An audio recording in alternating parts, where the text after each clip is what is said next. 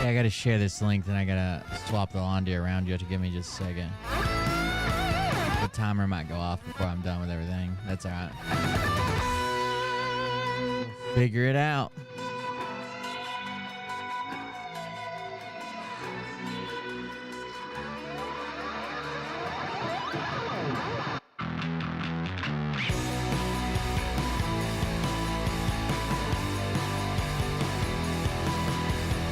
Hey, Bosh. Bosh. I spoke to the top guys. The Supreme Courts.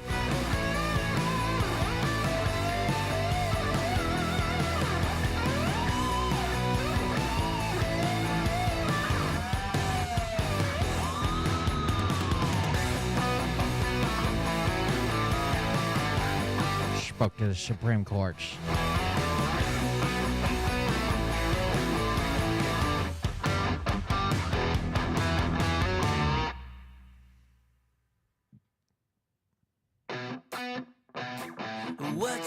What you think about when you're born into a fire? Let them burn it out. Sell them to the richest buyer. They wanna let the world decay. They tell us lies and fade away, fade away. We feel betrayed. We were raised to lose the race. Wake at the back of the pack, we kill it anyway. Listen up now, because we're never dropping out. Beat the odds, beat the big house. Our brains are bigger than the doubt. We've been thinking for ourselves, never let the truth fade away. This is bigger than ourselves, we won't let the world burn away, burn away. We feel betrayed. We were raised to lose the race. Wake at the back of the pack, kill it anyway. To blame, haters face the world's mistakes. Wake at the back of the pack, kill it anyway.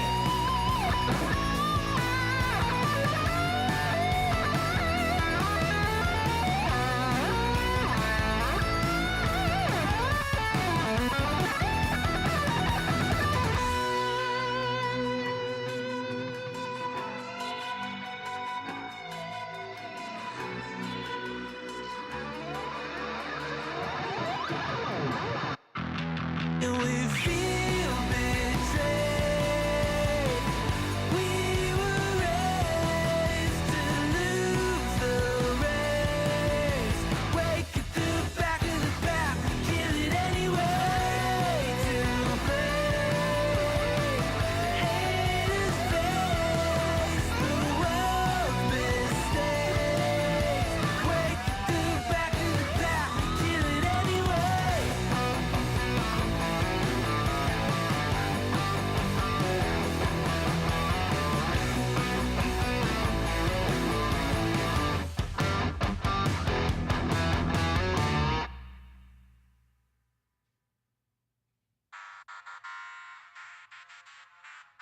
But I can tell you this about if this douchebag happens to see this particular show, you don't have the forking balls to call out the people on this planet by name and tell them exactly who they are and tell them the rest of the world who they are. You don't have the forking balls. You don't have the balls.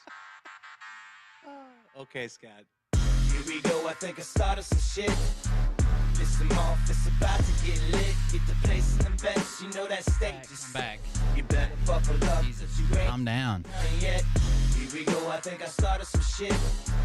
Listen off, it's about to get lit. Get the place in the best. Assholes. Stage is set, you better buckle up. Where's he at? I'm back. Okay, I'm back.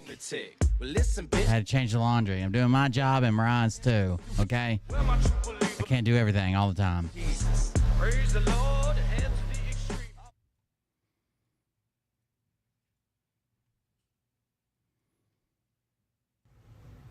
Hey daddies, it's me, the Linda Binda from TikTok. I wanted to make this video because I wanted to thank you for watching Cold Beer Confessionals with Will Bird. I think that's just incredible. I've watched a few episodes and I'm just like very intrigued. But you know what I'm most intrigued in is Big Daddy's meat stick. I heard that it's very thick, like a good old German sausage. You know, Linda and her coochie loves that. Oh, never mind. Let's not go there.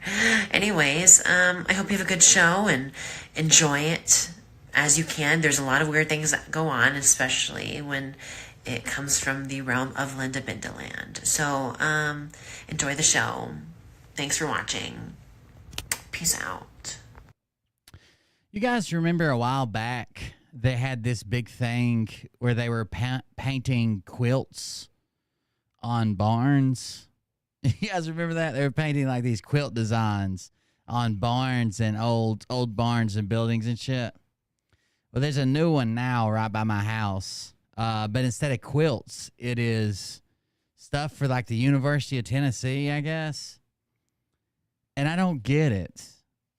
So like it says, I'll show you a picture of it. Hold on. Open image in a new time. The quilts are pretty cool. I like seeing the artwork in like old quilts. But this is the new thing they're doing. Everywhere you look, UT.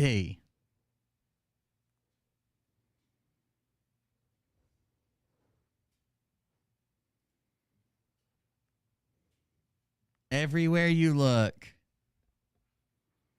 UT. So I get it. They're basically saying like everywhere you look, like UT is like helped and benefit. Like we have a UT extension office here and they help farmers and shit like that. I guess I just don't get it. Like if you watch their little video, it talks about how they have 400,000 alumni everywhere. Where in Tennessee can you find UT's impact everywhere with 400,000 alumni and a presence in all 95 Brain counties? just resubscribed for 22 months, almost 2 years. Thank you very much. Almost 2 years. You're getting close. Help tell UT's story of statewide impact. Lend us your canvas. We'll paint the murals. Everywhere you look, UT. I mean, the quilts are cool because it, like you can see like the old designs and shit. I forget who did it, but it was all throughout the South, right? Like not just Tennessee. Why are there barn quilts? Where did they get their start? See, like these, like they're cool designs, and they were actually laid out in squares like they used to make quilts, where you would make like each individual section and then use it to make a pattern or whatever. I don't so much get this though. The everywhere you look, UT. I just said that. And thank you for pointing out graduates are everywhere, but I literally just read that off their marketing. It still doesn't make any fucking sense. Everywhere you look, UT. There are other ones. So like this one's near my house. This one's in Murfreesboro, I guess, Rutherford County. Everywhere you look, UT. This one's in Cookeville. Everywhere you look, UT. And then it says Jefferson City, Newport, Ottawa, and Spring City are coming soon. This is locations by county. Oh. I don't know. Oh, there's Bristol, Benton, Alpine. There was one that was like on, there's a water tower. There's one that's like on a grain bin. It was probably the coolest looking one. But I don't get the marketing like this one. Here you go. Portland. Everywhere you look, UT. You guys can't even see it because of chat, but it's over here on the side. Over here. There you go. Not a fan. Not a fan of the marketing.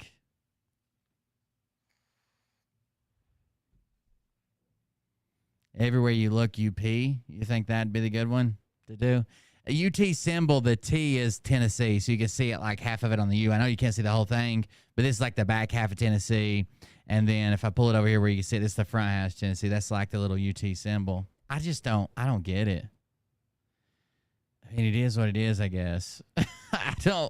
I don't know. The Loves on this barn, which is they're like a big name here and like farming, and they owned the Ford dealership, the only car dealership that was ever really in this town for the last 30 years. They owned it. It's sold now, but kind of weird, right? Why does the school have to advertise like old chewing tobacco? A little bit. I don't know. It's just weird to me. Brian asked me about it the other day, and I'm like, I don't fucking know. Maybe it's like a play on words, like everywhere you look, you see, but it's UT. I don't know. I still don't. I've even been to their website, and I still don't get it. It's just not I mean, I understand the point they're trying to make, like the impact they have because the graduates, as someone so aptly pointed out, that they have impacts in all these areas, but it's not great marketing. I think they could have come up with something better, if I had to guess. But it is what it is. Anyways, welcome to the show. This is the Cold Beer Confessional, where everywhere you look, UT. And thank you guys for joining us. If you want to support the show, go to coldbeer.fund. I actually need you to support the show tonight because I need a new desk. I was sitting here. I had my one wheel up here, and I had all the parts. And I was sitting here thinking, my shit is like rigged together right now. I'm on 3. Well, I guess I'm on 1. What's this? A 5-foot folding table, and I've got 2 3-foot folding tables, and that's where I'm set up right now. I need a desk, and the desk I've wanted to build for a long time. I wanted to build like, you know, when you go to a concert, they have like, they're called lighting trusses or lighting truss. They have like these up over the stage and shit. You know what I'm talking about? Like this. The desk I want to build, I want a couple of these things on it so I can mount cameras and lights and stuff to it. And I need an overhead camera. But I don't think I want to build the entire desk. It seems like a waste of my time to build the entire desk. So I want to buy like a desk and then kind of customize it. I might make a video out of it, I guess. But see how they hang. I don't need this gigantic thing. I need a very small one. But I need a way to, like, my lights fall every once in a while. People knock them off. Everything's just rigged together. They're literally like folding chairs or folding tables. I don't have a desk at all. So I'm thinking about buying a desk and then kind of customizing it to my needs. I've got some aluminum extrusion too, some 20 by 20 extrusion. And I thought about like kind of inlaying that in the desk to where I could have stuff to lock down. Like when I was, it's like T-track. So when I was working on stuff like the one wheel, and it needs to be wider.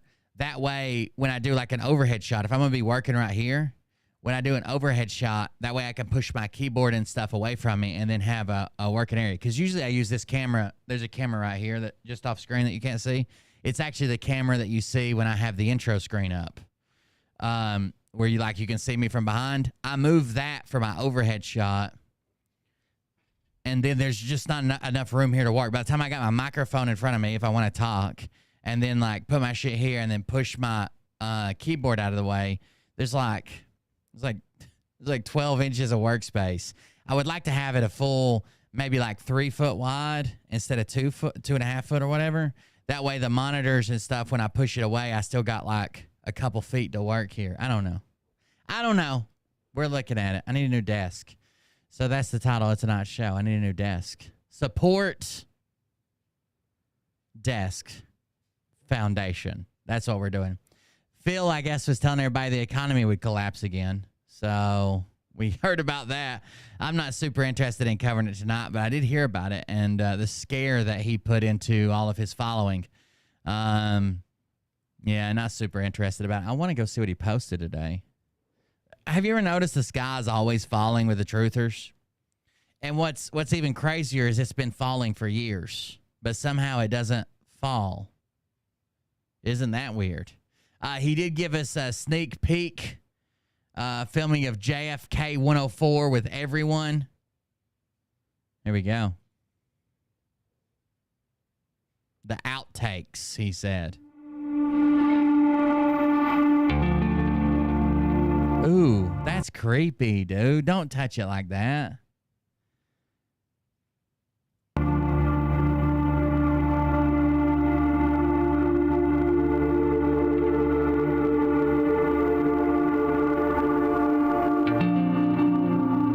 What's he looks like a bum. What's he doing?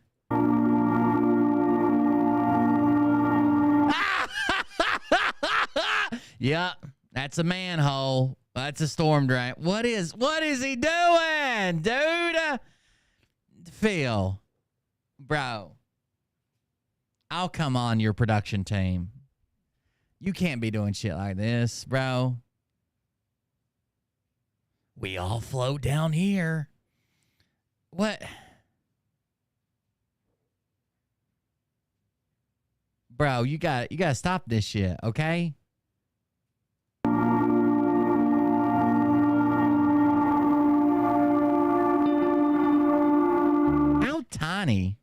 How tiny is that patch of hair on top of his head going to get? It's almost a yarmulke size now. He looks like maybe he joined some type of monk covenant. Look how little that tiny little patch of hair is getting. What are you doing, little teacup saucer? What's going on there? It stops right there. That's getting pretty small. Kind of looks like a mushroom.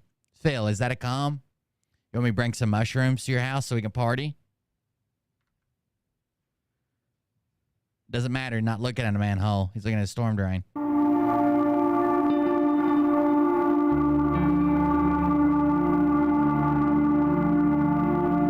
It's funny. It's a joke. We don't have to take up for Phil. Just laugh. I get 3,000 micro corrections every fucking show. Just laugh. It'll be all right.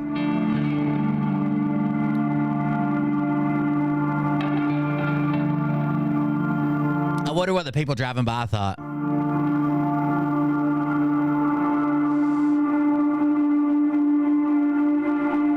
This presentation's details of Officer Tippett. Again, it's a joke. Just laugh.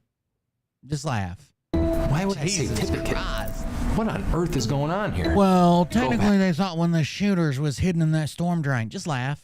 It'll be all right. Tippett. He shoots down a Dallas police, not police. Police. What on earth is going on here? Go back.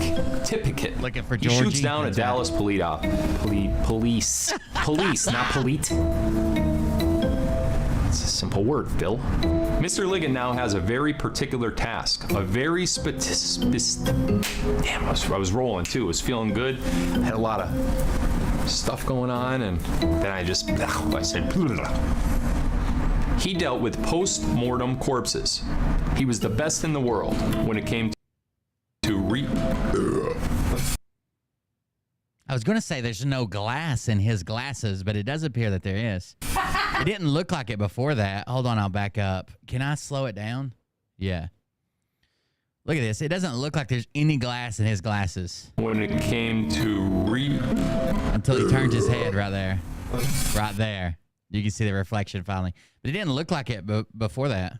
I was just about to say it. That's what I was honing in on.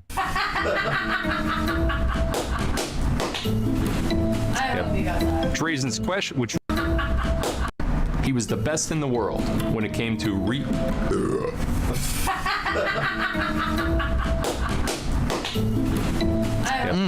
Drazen's question, which raises Why would he put out bloopers at this point?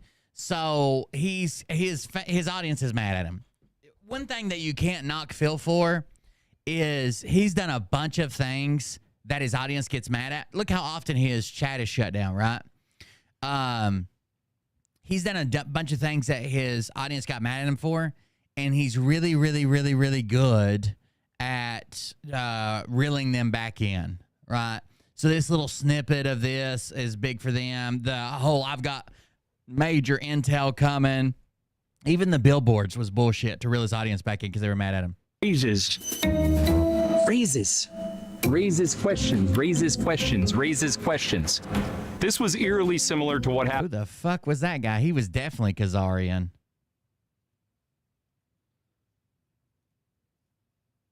raises questions. Jesus. Look at the Khazarian on that guy. I'm just saying. Phil working with the Jewish cabal? Who knows? This was eerily similar to what happened at the World Trade Center. Arnold's visual description of the gun he saw that day dispels further the Oswald. Here's something that people aren't going to like. Phil does a better job with these videos than Nick Alvear ever has. You can hate me. You can get mad about it. You can say, oh, Will's teaming up with Phil. These are better than Nick's videos. They're not monotone. It's not all fucking, at least he's filming on site. He's in front of the camera. There's a little bit of action. Phil's not super monotone. I mean, he is during his live streams, but not in these videos. They're better than Nick Alvear's videos, 1,000%. And if Phil can get in that market share, he ought to, because he's producing a better product, not because I support Phil or want him to make money. He ought to be able to take the Nick Alvear audience. If you have two of the same things and they're around the same price and one is so much better than the other one, he should be able to take Nick's audience. Theory. Because the gun Arnold saw was a different type of gun. The one Arnold... The one Arnold... of the beginning of the Q movement. This makes me hate him a little bit. A lot. This makes me hate him a lot. Like that? Oh, I'm sure. He can't reveal his latest intel. That's what he always says. Or that's what he always alludes to. I'll have a huge announcement, or I'll have an announcement regarding the upcoming release of the JFK 104 during tonight's live. He shares a post that says, did you ever hear the .com millionaires? Did you ever hear the Bitcoin millionaires? Did you ever hear the silver millionaires? Did you realize that you're actually one of them, but you just don't know it yet? Stay with me, folks. I will not lead you wrong. Phil's Delta 1 year ago today. Trust Phil. He knows what he's doing. Yeah, but it was a year ago, and none of those people are millionaires yet. Are you the next gold or silver millionaire? Goldquiz.com, philsilver.com. During tonight's live, I'll be announcing some statistics from goldquiz.com and philsilver.com that I've compiled over the last 30 to 60 days. Incredible stuff. We get another one of these shared. I don't know why he keeps doing this. In the world is Carmen, San Diego. still there. Soul in South Korea, making not it cut my uncle from there. And the blues, well, they never Arkansas. Still there. We come from a jungle. Tell me where in the world is Carmen, San Diego. She go from Nashville to Norway, Bonaire to Zimbabwe, Chicago. Why does he to keep Czech, doing this? Slovakia, and back. Well, she'll ransack Pakistan and run a scam in Scandinavia. And she'll stick 'em up down under. This was a video game, right? Am I the only one that played it? Was it a movie as well or something? I remember I was really young when I had Where in the World is Carmen San Diego.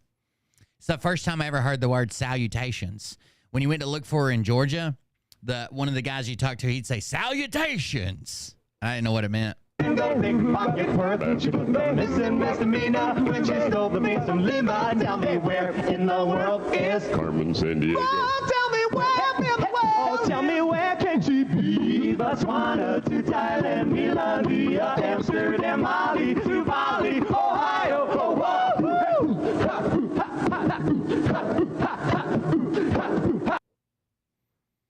I'll make up my mind real fucking quick. Kick rocks, motherfucker.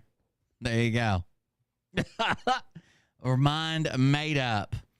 He does his live event, and he says Chickadee China, the Chinese chicken. That was a post that he makes. Chickadee China, the Chinese chicken. That's comms right there. Did someone put that in the gematria calculator?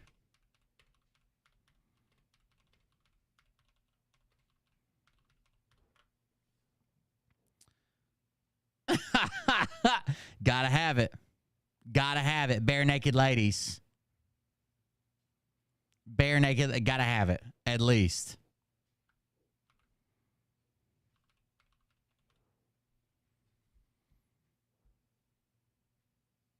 That was one of his comms posts. Amazing work, Phil. Amazing. Then he shares his live stream, which was called The Event. How long was this stupid fucking thing?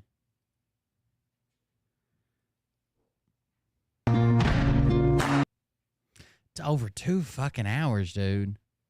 We can watch some of it.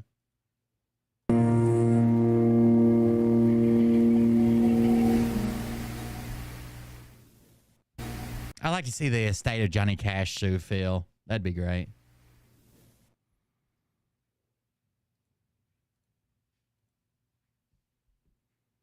Perfect. Oh, perfect. Yep, here we go. Better. Jeez, I can't stop the music. Oh, is that better? It better be off. Is that no? It better be. Let me check.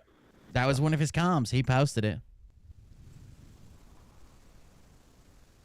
Is it off or what? Yeah. Let's see. What? It's off. Okay, good. All right. So, here's the thing. Rumble Studio, which I started using in place of Streamlabs because I had so many problems with Streamlabs, is constantly changing things up. I don't even think he had problems with Streamlabs. He just didn't understand how to use it, and he blamed Streamlabs every time he didn't go live. There's always a new feature or a new something that they're using, and there's these little things that change when I'm not live for a couple weeks, and that was one of them. I see I have to manually shut that off anymore. So, welcome back, everybody. My absence was due to a few different things. Number one, I've been filming for the upcoming JFK 104 release. Just so you guys know, that is it's a major production. It's not just going to be one of those quasi live streams, kind of like this one is, where I talk about a topic. This was filmed on site in Dealey Plaza in Dallas, Texas. And we have a lot of content. We have a lot of interviews that we did for the film. It's a big deal. And it actually cost me quite a bit of money to film because of the production costs, the film crew, and everything else. So that's where a lot of my time has been spent over the last week or two, last couple weeks, I should say. And then in addition to that, my family life has kind of accelerated because of the time of the year right now. My boys are involved in Intel baseball and family life and other school events. And on top of all of that, I was actually silenced for a little while because something was going down, and I have a big mouth. It's probably not a good thing, but the only spy in the world with a big mouth. When something's happening that I don't necessarily like in the political world, that is, living spy, I have a hard time not saying anything about it. So yeah, it's a gift and a curse, I guess. But in this particular case, I just told myself that I have to do what's right for everybody, and I have to shut up for a little while, and that's kind of what I did. Now, with that said, I want to let you guys know something. When I can't say something directly, as it involves either President Donald Trump or the upcoming election or the election fraud or anything else in that regard, that just simply means that I won't come out and say it, like on a live stream, or I won't post about it. Yeah, so it's really hard to keep cameras cool during a live stream. I have a little fan that blows on mine. Some of them will go for like hours. Some of them will go for like 30 minutes. It's worse if you use the batteries. They make dummy batteries that like plug into the wall. They're not supposed to be as bad, but batteries get hot when they're used. So do dummy batteries, but not as hot, right? It's not all contained in that. Some of the heat's in the wire and in the plug and whatever. But I keep a little fan blowing on mine. It's really hard to keep mirrorless cameras cooled. Webcams, not so much. They just do their thing. But or anything like that. But that doesn't mean I won't indirectly talk about it. And that's what I've been doing. So I've said this before, and I'll say it again. If you're only... all those secret agents who indirectly come on live streams and drop links to hundreds of thousands of people. Here to follow me on my live streams, and you just want that instant gratification of knowing what has happened or will happen or is happening in that very moment of the live stream, and for the past week or two or month or two, or the upcoming week or two or month or two, then all you gotta do is tune into my live streams. But if you're looking for something more on a regular basis, that's what Telegram is for. And Telegram became the platform for that when Facebook and Twitter and Instagram, Parler, there was Parler for a little while. Gab kind of became popular and then it went down. But Telegram became the landing spot for that. And you guys know that I rule Telegram. That is my domain. He rules it. That's where my people are. That's where my followers are. That's where hundreds of thousands of people go to listen to my daily activities and announcements. And we also have chat channels there. And what's happened over the last year or two is our group has branched off into multiple groups, right? So you have people who are forming their own groups within the larger group, which is fantastic. I wish that had happened a lot sooner, actually, because that creates unity. Not unity as this one big giant, fill group, which is also fine, but unity in the microcosm, unity in the smaller arena. And that's exactly what. And he's still predicting shit like there's not going to be an election and stuff. Like I don't understand how he comes out of this. Man, the people that follow him are so fucking dedicated to bullshit, dude. It's like they probably like getting cheated on. They probably like doing all the work and someone else taking all the fucking glory for it. They probably like getting fired from their job for no reason. Like, I've never met people like this. They've been This motherfucker said Joe Biden would never be inaugurated. The military wouldn't allow it. Trump wouldn't allow it. Trump isn't leaving the White House. And he's kept them hanging on for 4 fucking years, dude. You're the most. So, if you're not on Telegram, get there. Because when I can't talk about a particular topic, I will post about that topic in a different way. And that's what I've been doing. So, when you go to my Telegram channel, by the way, I keep mentioning Telegram. If you go in the description below on Rumble, Locals, go join my Telegram, and possibly Twitter, you'll see my link tree. You'll say link tree / Fogalowski. I think it's spelled weird. It's like link tree, but there's a dot between the T or the R and the EE of tree, whatever. You'll find that link there. On that page are all of my links to all of my channels. That's Instagram, Twitter, DLive, Rumble, Locals, Quantum Films, everything. 7K, LifeWave, everything. And one of those links, I think it's right up top actually, is Telegram. It'll say Telegram announcement. No, some fucking retard called me Mussolini earlier because I told him to laugh. Or it'll just have the logo. Actually, I don't know what it looks like, so let me look real quick. I want to make sure I'm directing you guys to the right area. The viewership keeps spiking upwards, so I'm just trying to waste a little bit of time here while people still join, and yet still give you guys a little bit of content. He's literally just wasting your time. Yeah. So on the very top, in this line right here, you'll see this one right here. It's between the email link and the TikTok link. Wow, I shouldn't have clicked anything. Right over here. Wow, I did it again. This is insane. The one all the way to the right is the email link, and then the one next to that is the Telegram link. That's where you want to be on Telegram if you're looking for those daily updates. So again, I'm not there's times like over the last couple of weeks, 2 or 3 weeks, that there's a major something happening. And because of the audience that I have and the reach that I have and the influence that I have over my group, over my following, I am strictly told to not talk about it. And that's very, very, very difficult for me to do. So what I'll do is I won't go live, because I can't sit here and not talk about something super important. I just can't do it. I can't do it. Can't do it. So I will stop myself and not go live. But in the meantime, I will still post to Telegram. So when you see me post like that's right, weird off the wall shit, like an acapella group, it's not about the acapella group. Comms. It's comms when he posts it. Where in the world is Carmen San Diego? Decode it. You got it. It's not about that. It's about something else. You think I would just post like Chickpea China, the Chinese chicken, on Telegram? No. Probably something else to that. And I'm indirectly telling you things, and what happens is basically Phil's strategy is he makes up something retarded, post it on Telegram. His followers take it and decode it into something that relates to Q movement. And then he's like, good job, Anons. You're getting I'm glad I trained you to do that. You're getting so much better. The course of time, and again, if you're one of those instant gratification type people, you're not going to like this. But over the course of time, those posts and those deltas line up pretty well. And at some point, we're all going to look back and we're going to be like, damn. Literally, deltas it's years. 1 year, 2 year, 3 year. So he's making posts that'll be relevant in 1 year, 2 years, 3 years. But you're out of time, bro. I knew it. That's why we follow him. I knew it. So, yeah. So I'll get to Telegram if you're not there yet. We do have a chat channel on Telegram too, but it's not currently open. I open it every now and then for new members to join. But when you have such a large following, the chat gets infiltrated with bots and spammers. Instant gratification twice. It's like coming in your pants twice. And it's just unbearable. So we open it for little periods at a time, a couple days here, a couple days there. And right now it's closed, but I will open it again in the near future. But for now, just stay on the announcement channel. And if you are on the announcement channel, when the chat channel does open up on Telegram, that's a secondary channel, obviously, than the one in the Linktree link that you just saw. When that happens, you'll know about it because I'll post about it. So that's where you want to be, just so everyone knows.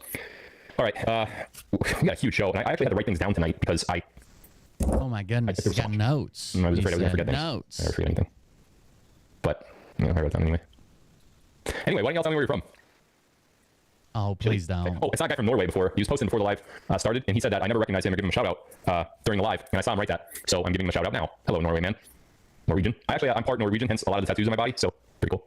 Carverton, Washington, Raleigh, North Carolina, Anchorage, Alaska, St. Paul, Minnesota, Golden Smile on Utah, made a Potter live. He's part Kazarian, Gilbright, Arizona, Poland. I'm also very Cincinnati. That's cool. I wish that were true. It's probably Cincinnati, but Cincinnati is cool too. South Alabama. You got a big show tonight. Dude, one time they were monitoring. This is how fucking dumb they are. Someone said something was going to happen big on March the 4th after the inauguration. So, in D.C. So people started booking rooms. Because people started booking rooms for a random fucking day in D.C., the rates went up on those rooms. Then they used that, because it's supply and demand, right? Then they used that as confirmation bias that because Trump was raising the rates at the Trump Hotel on March the 4th in D.C., that meant that something big was going to happen, and these people are right. So they booked out the Trump Hotel for March the 4th, and nothing fucking happened. Stay tuned. Wow, I can't. Mechanicsburg, Pennsylvania. I should wear my glasses because it's hard to see when it moves this fast regularly, and when you're like not good with sight, it's even worse. Texas, that's kind of Today, Brad Barton marching around. broad. Right, big state. Caddy, Texas. There we go. Boobies. Heaven. Okay. I doubt it, but I doubt you're in heaven right now. Unless it's like a heaven, like Illinois or something. Middlefield, Ohio. I can't read these. Spokane, Washington. Ziffle. I can't read it. Maybe could I pause it over here? Oh, I could. Nice. Castle Rock, Colorado. Jamestown, New York. Fruitport, Michigan. Fred Flintstone is the governor of Alabama. But now I have it. And we're about to start the show, and you guys are going to want to stick around for this because I have a lot to go over. I talk about thinking you may take negatively. I think you may actually take those positively anyway. I don't know how you'll take them, but I'm going to talk about them anyway because they deserve some attention right now. And then I'm going to talk about something that's upcoming that we all need to brace for. And we're going to tie in tonight's live to my next live, which is going to be Tuesday. By the way, I'm going to be live Tuesday, Thursday, and Saturday as of right now. As of right now, that is, maybe those dates change. Maybe Thursday gets pushed to Friday or Thursday gets pushed to Wednesday. I don't know. But as of right now, my intentions are to go Tuesday, Thursday, Saturday this week. Okay. So first and foremost, for those of you that have not yet signed up for updates for my next upcoming quantum film, it's going to be Q film number 2 on JFK, the assassination of JFK, and what really happened that day that no one actually wants to talk about. You really need to go to qfilms.live. That's qfilms.live. We shortened the URL a little bit. We had a different URL, but we shortened it up just for freeze. So it's Q Films. Film is spelled Philms. See what I did there? Pretty clever if you ask me. qfilms.live, and you'll see under the screen that's there, under the film that's there for JFK 104, you'll see subscribe for updates. Those of you that have already done that, the tens of thousands of you that have already done that, received both a text message and an email earlier today with the outtakes URL. Locals subs, you received that days ago, so you got a little bit early because your local sub. There's even more content on. Oh, wait, hold on. Yeah, there's another one. There's another little update here. 104. JFK's I don't think journey. we've seen this yet. Hold on.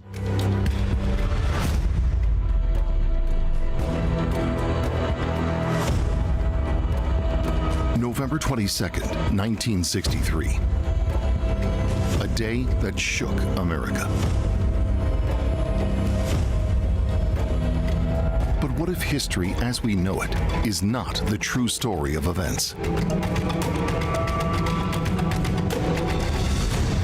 104. JFK's journey beyond the grassy knoll unveils an untold chapter. Oh my goodness. Where resilience turns tragedy. Was that JFK with a walker? I'm gonna need a walker. Where resilience turns tragedy into a covert mission against unseen enemies. From the depths of seclusion, a fallen leader rises to challenge the deep state, shaping a legacy far beyond the. What the hell is going on in this room? That's a system Phil built. It's like hotel security. Onto the limelight. Discover the hidden journey of a president who survived to fight from the shadows. Coming soon. Came twice already. His slogan should be "Came twice already." JFK 104.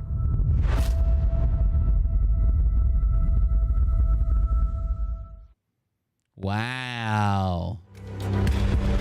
Oh my God, it's just going to keep playing with no sounds. Is not the true story of events. Wow. On that page right now. So if you got that text message and that email, you'll be taken to a page where there's some photos, additional photos, in addition to the outtakes video that I posted the other day. The outtakes video was funny. There's actually more outtakes than even that, but we just tried to consolidate it into a little two-minute package. Some more on the film. This is not going to be a free film. Just for those of you that are anticipating, something like a live stream, which is free. Is free spelled with a PH? This will not be. This cost me a lot of money. We're talking tens of thousands of dollars to produce, plus travel, plus time, in addition to that money. So this is not going to be free. I'll do my best to keep the cost down as much as I could, but it's going to be worth every dollar that I end up charging for it. So what we're going to do is we're going to have a pre-sale, and that's going to be before, obviously, the film is ready. But if you pay for the pre-sale, it's going to be cheaper. And then when the film is released, you're just going to get a link, and if you paid, you'll be able to watch the film. Okay, so that's how that's going to work. It's not ready yet. We're not ready to do the pre-sale just yet, and we're not ready to release the film just yet. But I'm telling you, it will be worth every single penny that you pay for it because it's going to blow you away in more ways than one when you see the content that we put and the time and effort that went into the production. So I'm looking forward to it. I think you guys are probably looking forward to it as well. I think you probably paid more money for terrible movies. This will not be one of those experiences. So if you want to stay informed on that, go to qfilms.live and you'll see the JFK 104 right at the top, and it'll say subscribe for more updates or something like that. Go ahead and do that, and you will be subscribed to text messages and emails. And those of you that have already done that, I've already gotten text messages and emails today that we sent out. Okay, so that's JFK 104. It's probably going to be sometime this month that we're going to release it. So just stay tuned on that. Number two. Got something off my list. Wow, gold quiz.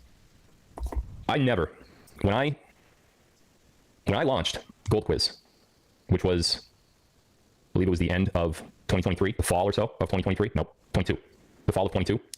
I never anticipated what I'm about to say. I thought it was just gonna be one of those things, one of those sponsorships, one of those affiliated agreements that lived its day, helped some people out and made me some additional income, me and my family some additional income as well. But what I'm about to say is astonishing. And we have now, first of all, let me digress. Goldquiz.com is, for those of you that don't know, in case you live under a rock, or if you're new. If you're new, then this doesn't apply to you. But if you're not new and you've been here for a while and you don't know what goldquiz.com is, you probably live under a rock.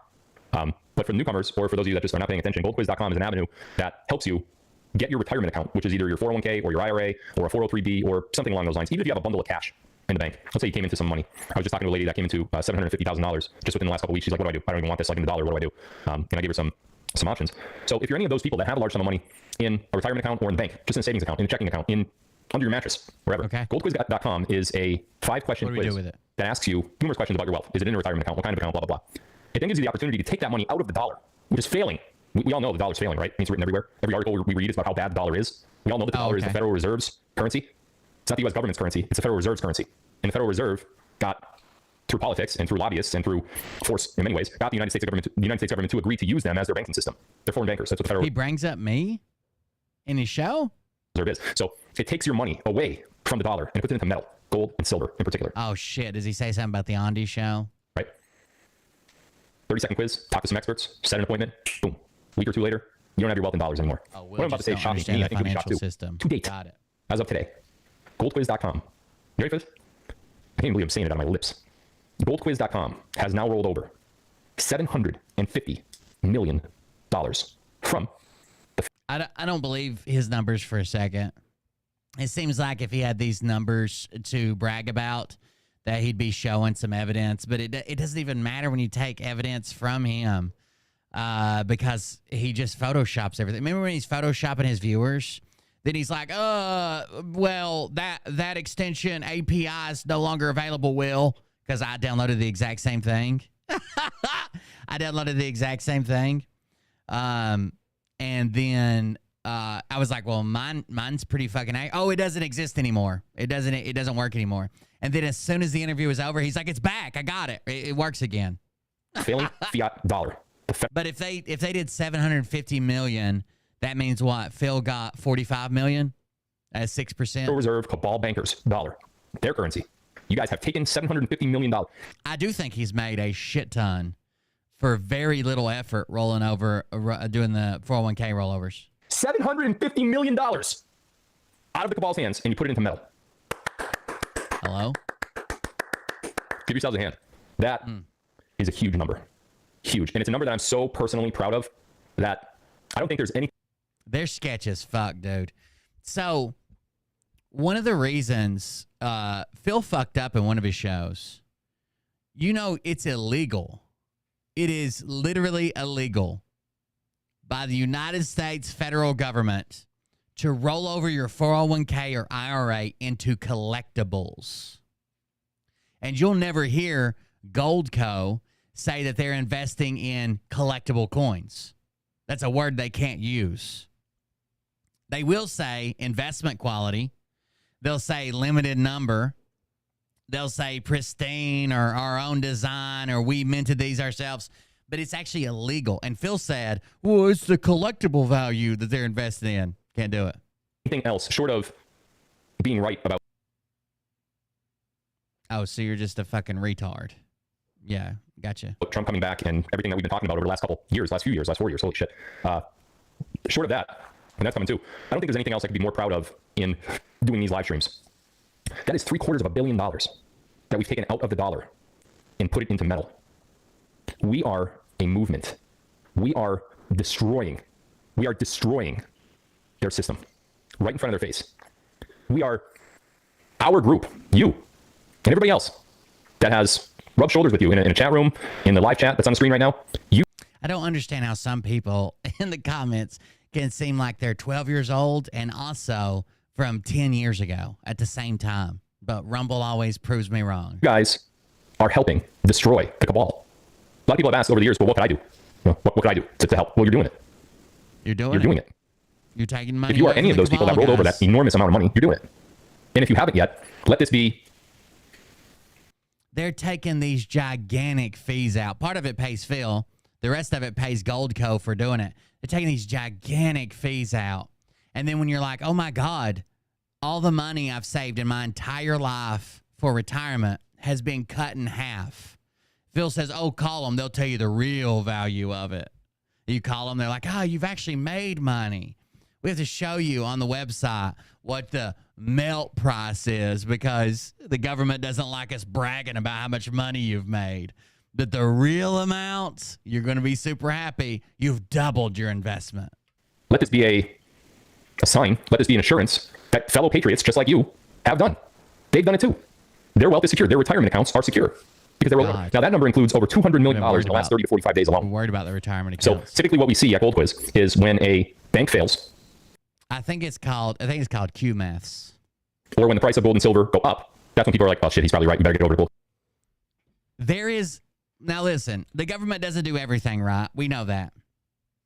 There is a reason that the government regulates the price that they can show you on your website with how much your 401k is worth. This would be the same as if, let's say you have a 401k and it's invested in blue chip stocks like fucking GE and Apple and shit like that, right? Stocks that kind of stay kind of steady, a regular 401k. And your 401k is worth $50,000. But they say, call us. And you call them, and they're like, hey, we really expect some of these blue chip stocks to double overnight. So really, you got $100,000 in there. Would you believe them? No, I wouldn't. But if it says, if you have $50,000 in fucking Goldco and you call them, they're like, if we sold these to collectors or people who really want this is investment grade silver here. Okay. That's what we're talking about. Investment grade, limited quantity, limited runs. Only we meant these investment quality pieces of bullion here. And really your $50,000 is probably worth $100,000, maybe $200,000. Quiz.com, really, we really got to consider this now. And that's what's happened over the last 30, 45 days. $200 million. I also think it's weird he pretends that goldquiz.com is partnered with like hundreds of companies or even tens of companies. They're partnered with two. You either get Phil Silver or you get Goldco. When he's like, I've scoured the web to bring you the only reputable companies that I trust. And these companies are the best of the best. I've talked to every one of them individually and blah, blah, blah, blah, blah, all that stupid shit. But it literally, no matter how you fill it out, there are two options. Phil Silver or Goldco. That's it. $200 million in rollovers. We are making enormous, enormous moves. And each and every one of you that have rolled over so far should be extraordinarily proud of yourselves because what you are doing is you are looking the ball in the face and you're realizing what their greatest hold over you actually is. I don't even think he's still interested in Phil Silver. He's maxed out, right? As long as here's when Phil will push. When Phil is potentially going to lose, like one of him or one of his companies is going to drop a level, like go from executive to presidential or whatever. When they're going to drop a level, that's when he'll push 7K. He'll get enough people in line to keep him at his level or well above his level. But as long as he's maxed out and his subsidiaries, like his LLC and his fucking baby mama, whatever, are maxed out, why would he keep pushing it?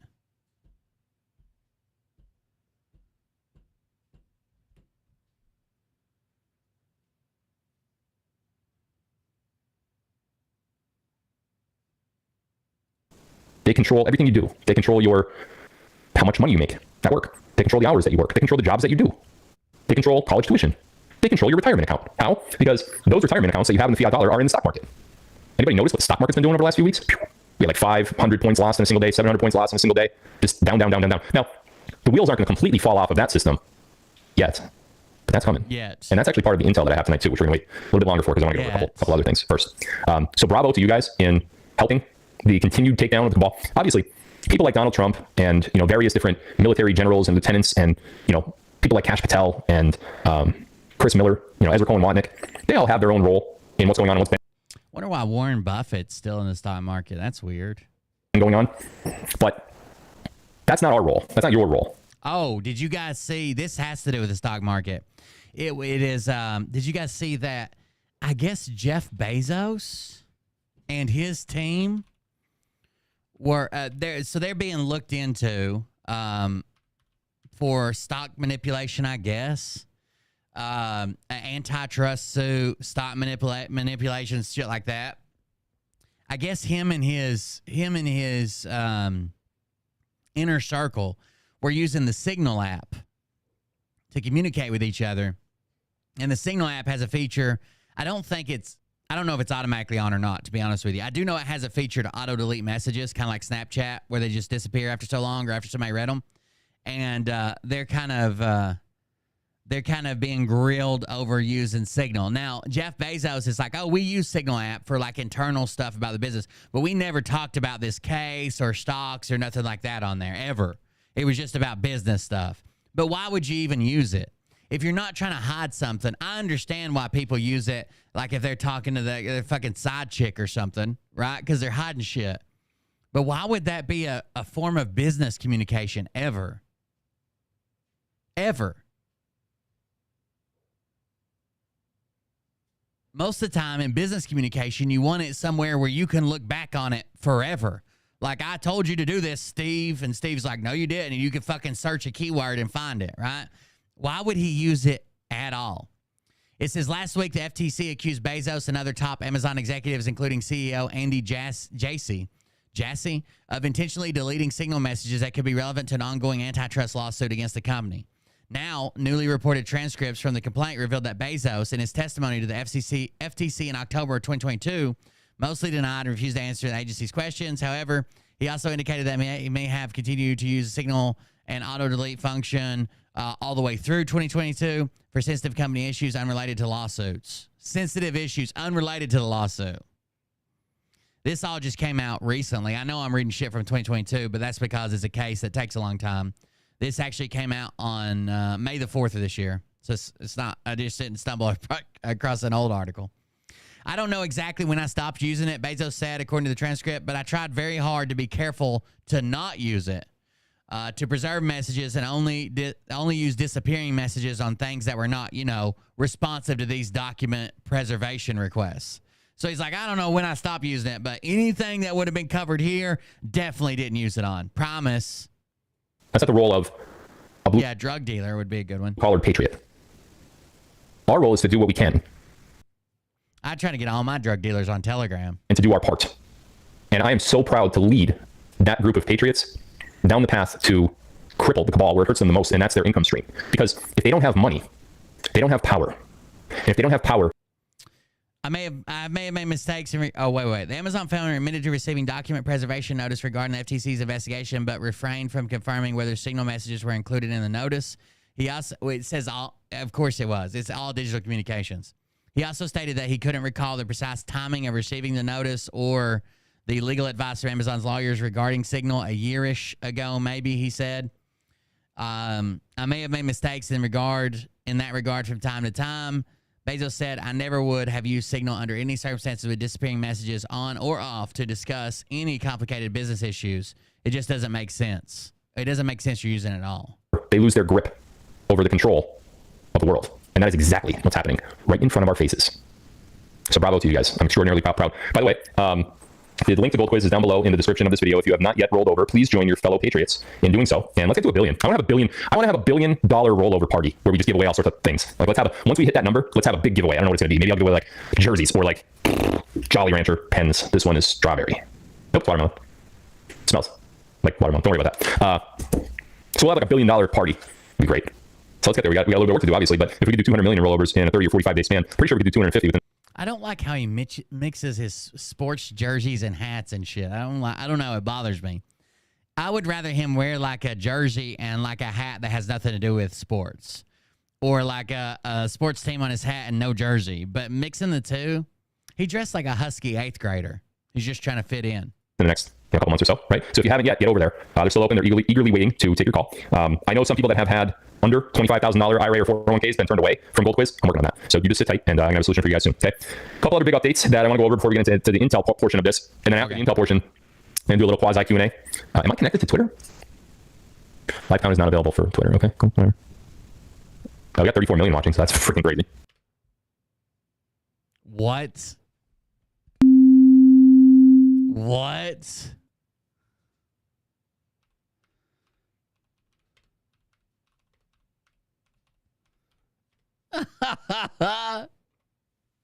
We got 34 million watching.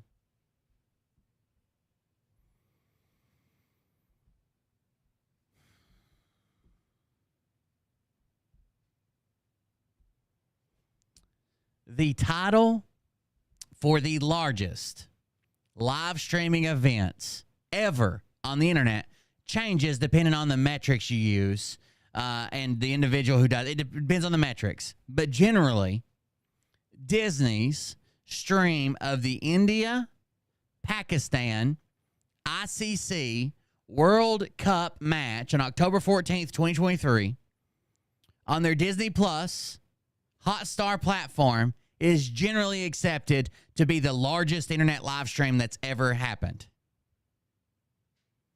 at 35 million. But Phil, on a Sunday night, after he postponed it 14 times, asking, where you guys from, is 34 million right now. Sure. Crazy. Let me just check over here real quick. Cool. Yeah, that's a good idea right there. Somebody just said, yeah, let's do a silver giveaway. I definitely do that. When we're talking about like live streamers that like actually do content or whatever, most viewed Twitch streams ever, this is just Twitch, are like in the 3.5 million mark. He's 10 times the most popular Twitch streamer ever.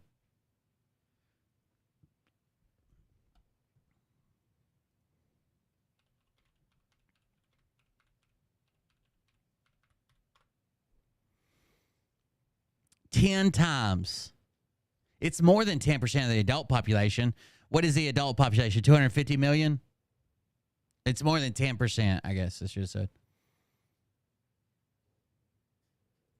I probably limit it, though, to people that have actually rolled over, but I have that list. So what I could do is I could just pick a name from the list that I've already rolled over. It's a good idea. I like that. Yeah, 34,211,000 right now. Pretty cool. 34,211,000 right now. Pretty cool. All right, let's get into the next thing.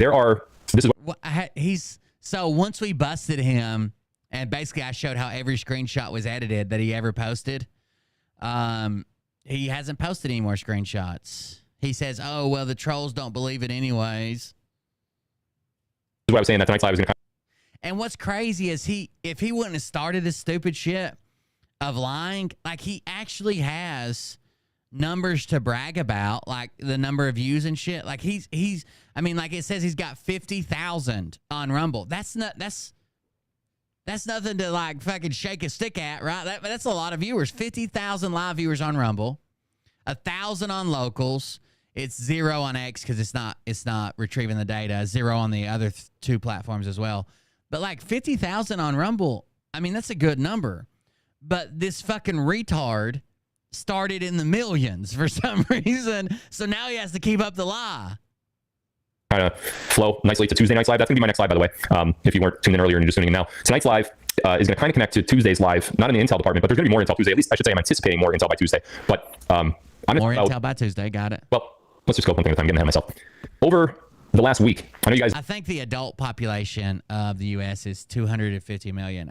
We looked it up before, but I can't remember. Know that I'm involved with 7K Metals, another precious metals company. I have a platform called Phil Silver. It's philsilver.com, and it allows you to pay for an annual subscription And it's It's like 3/4 or whatever the population is usually. kind of like a silver and gold club where you have access to discounted silver and gold bullion, cheaper than you'll find on any of the traditional sites. And you also get a numismatic coin of the month. It's probably about this 7K shit, because when I did the Andy video, which I'm sure Phil probably would have watched or someone would have told him about, then when I did that, he would have mentioned it for sure. You every single month. Don't even think about it. You just pick your date, boom, shows up. Because I gave 7K down the road too. Yeah, it's fantastic. They have made some incredible changes, which go into effect on June 1st. So what I'm going to do is, during Tuesday's live, I'm going to talk about some of those changes. Incredible. And I really want you guys to be a part of this. And I'm not going to mention the changes just yet, but I'm going to go over them. I wonder if they opened up a new... He's pushing 7K kind of hard. I wonder if they opened up a tier.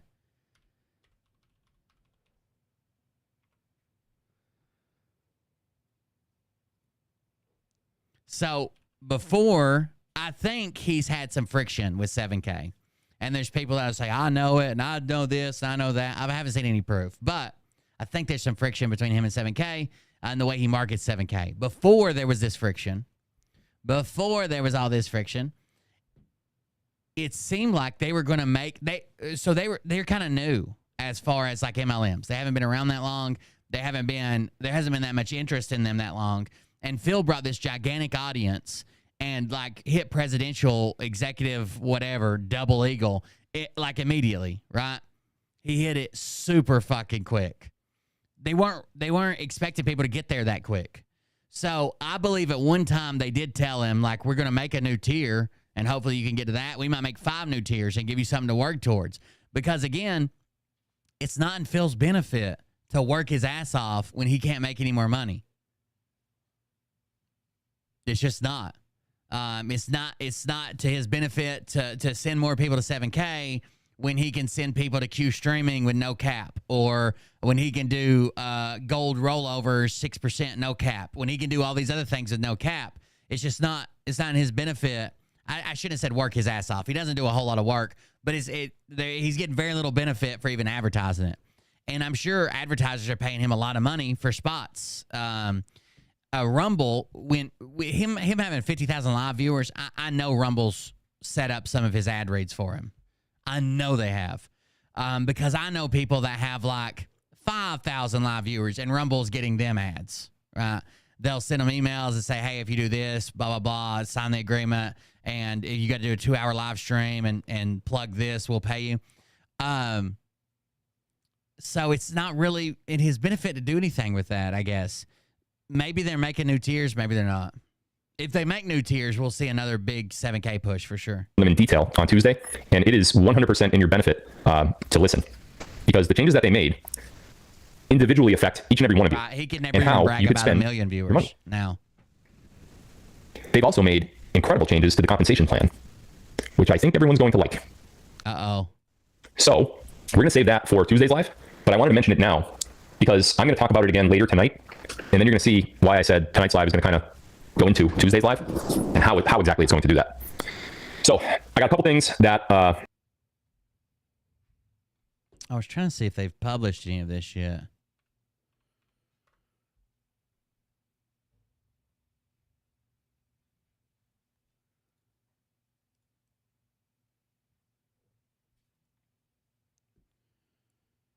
Ba-ba-da-ba-ba.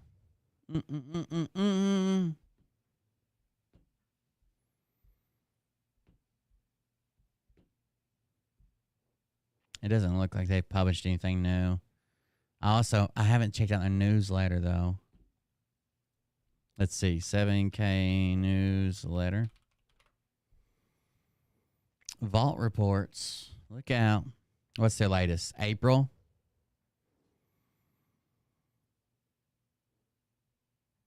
Coin drop. Last call for 7KX. Check out who you'll hear from and what. Okay, that's that event. Rank ups.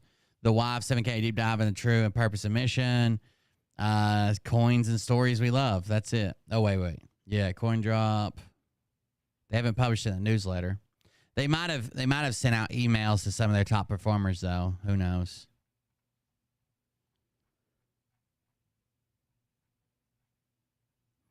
When Phil was pushing this shit hard, their newsletter had so many fucking rank ups, and now they don't have anything compared to that. They have a half a page of associates. 1, 2, 3, 4, 5, 6, 7, 8, 9, 10, 11 copper and 1 bronze is what they did from February 15th to March 15th on rank ups. They used to have, sometimes they'd have like 5 pages of rank ups. When I went through them and made them all into searchable PDFs, yeah, they would have like 5 pages some months of rank ups. And now they've got not even, well, I guess a little over a half a page of rank ups. Let me see, where do I want to start here? Well, let's Fucking Eli. Hold, let me show you the most ridiculous statement made on YouTube today. So Eli's always said that he'll never monetize his videos because he believes in free speech. He doesn't want YouTube locking him down when he's trying to be this bastion of freedom over here. Eli, the pathetic patriot. So today he makes this post. I hate that I felt the need to address drama. I am not hiding the fact that I turned the ads on solely for the hate watchers. Any live I do where I talk about something serious or a topic I'm passionate about regarding our country, no monetization will be on. Anytime I feel the need to target drama towards me, yeah, I'm turn on those ads. I'm turn those ads on. Sigh. Everyone have a wonderful evening. Any grown-ass man that feels the need to emote and type out the word sigh, I would quit following immediately. I told him I would mail him a dollar bill and double his earnings for the next year. Oh, that 23 cents a year really keeping Eli down. Look how much money he could potentially make. That's almost a full American quarter over the next year that he's refusing because he is the free speech guy. Sigh. just hop into the Intel portion, I guess, and then the rest of that I've written down will flow off of the Intel in a nice little package. Something happened over the last 2 or 3 weeks, and although I can't necessarily get into specific details of the exactness. Wow. Now we're all going to start mailing dollars. You can send those to me, and I'll forward them to Eli. Of what happened, I could tell you the roundabout details of what happened. Something happened, and it was extraordinarily significant in. We should each print out the word "sigh" and mail it to him. What is set to happen over the next couple months, and certainly leading up to November of 2024. If you guys remember, I've been saying from the very beginning, and I'm talking like 2021-ish, I've been saying from the very beginning that General Michael Flynn will be the next vice president of the United States, and I've never once wavered from that. And I hear the detractors, oh, Flynn bad, Flynn very bad, Flynn bad man, we don't like Flynn. No, I don't, listen, I know all the people that said that. I'm not going to glorify them by mentioning their names right now, because what I've also learned over the last, well, all of 2024 so far, is people like when I talk about them. If I mention somebody's name, that gives them an audience. What people do is they go from my show, and they go looking for that person. And then they start listening to all the crap that person says. So, I made some mistakes, and the obvious mistake that I made was Nick Alvear. We all know how that turned out, right? So I'm not going to glorify the people that spread this crap by mentioning them on my show. I'm never going to do that again, actually. I will say what I've heard, but I'm not going to attribute it to a source, especially if it's like totally wrong information. And I can tell you that the information that I have been hearing from all of you and from other truther channels is that General Flynn is bad. Never once have I ever said, not once, not a single time, have I ever said that General Flynn is bad. In fact, I've never. In fact, he's in charge of General Flynn, okay? General Flynn's one of the 5. And Phil's one of the 5. I mean, the 6, because he's in charge of the 5. He can't really straighten that out, but there you go. To this day, to this moment in time, I have never, for over 3 years, wavered from the fact that I believe General Michael Flynn is the next vice Fedwardo's hiding, I believe. president of the United States under Donald Trump. Until tonight. Now I waver. Until tonight. Something happened. I know what happened. I'm not at liberty to discuss those finite details of what happened. But General Michael Flynn is not going to be in the cabinet of Donald Trump in his next presidency. Oh my goodness. I want to caution everyone. Now, no way. Before you go running away with your hands in the air and start saying Flynn is bad. What I just said doesn't necessarily mean Flynn is bad. It just means that he's not going to be in Trump's cabinet. Something happened. And it could mean that Flynn takes on another role under Trump's administration. But as far as the White House goes, that is not in his future. In fact, God, I wish Trump would have announced later tonight that Flynn's going to be his VP. From what I've gathered and from what I've been told, General Flynn doesn't have a future in politics at all. He has a future, but not in politics. Something happened. And again, before you go... Why'd you let it happen? You're in charge of Flynn. Running...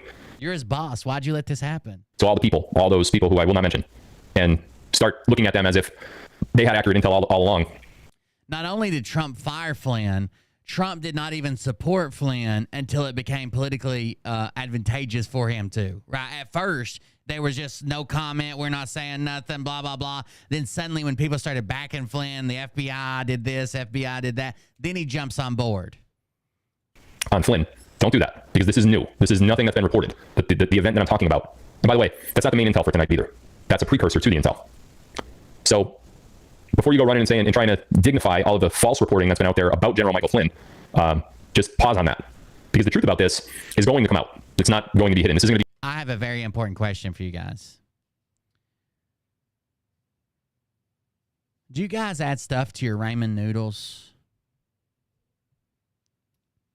And if you add stuff to your ramen noodles, have you ever been convicted of a felony or any other crime that you had to do more than a year in prison? No one cares about the real deal Chinese ones. Shut up, Atsuko. Yes and no. Hunter is Q. I don't think that's part of it. I don't eat. You don't eat ramen? I've been, mulling this over for a while. I don't think I'm gonna allow you to be a mod anymore. It's really been on my mind a lot, and now that you don't eat ramen noodles, I think I'm done. I think that was it. Peanut butter. I've heard peanut butter thickens it up, kind of. I have racked up many felonies regarding ramen noodles. Well, that's the thing. Yeah, I add stuff to the noodles, and the felonies were dropped. Got it? I never started a coup. You kind of did, right? You're over here trying to convince people that Atsuko's not from China, while I'm over here trying to convince them not to share their TikTok name with her because she has a back door to it. Yeah, you kind of did, okay? Yeah, I cook mine in water, and I cook mine in water for exactly 3 minutes. I get the water to a rolling boil, drop it in, hit the timer on my phone, 3 minutes, 30 seconds, and then I flip them all because I usually have like 2 packs or something. Then I flip them to where the other pack's cooking, or 30 seconds. Then flip them where the other pack's cooking, 30 seconds. Then I spend a minute like breaking them up because they're pretty soft by then. Then just a minute, let them boil. I drain that out, add the powder from the package, then a dash of hot sauce, sriracha, and then milk, just until I don't like fill it up with milk like soup, just to like where it's almost cover the noodles, and then mix that up and eat the shit out of it. It makes it creamy with milk. It's pretty good.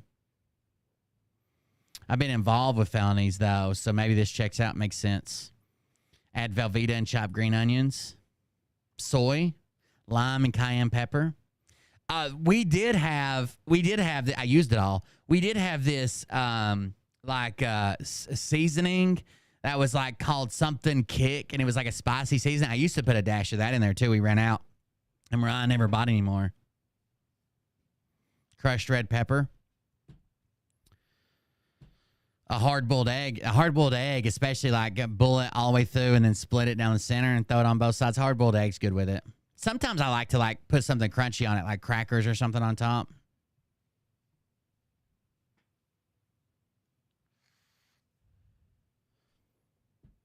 God, I love Mariah's cube steak. And she won't make it because we have a gas stove right now and it's like an open flame. And I get it. There's grease. It's dangerous. She has like a phobia of like catching the house on fire. But God, it's good. When we were house sitting for my sister when she went out of town for like 2 weeks, we had cube steak. I ate like 4 of those motherfuckers. Like 2 that night. Then I had 2 that I brought with me to work and ate one like early in the day and one late at night. So good. Drop a raw egg, mushrooms, bacon bits. I know some people put like either a scrambled egg or just a full raw egg in there and cook it with it. Creamy chicken ramen, grilled chicken, garlic palm sauce is good.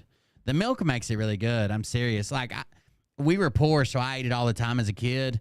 And, of course, my mom just put water in it. And sometimes she put, like, extra seasoning or things in it. Or if we had, like, leftover chicken or whatever, she'd throw it in there with, like, the chicken-flavored ones. But the milk does make it really good. I actually quit eating them.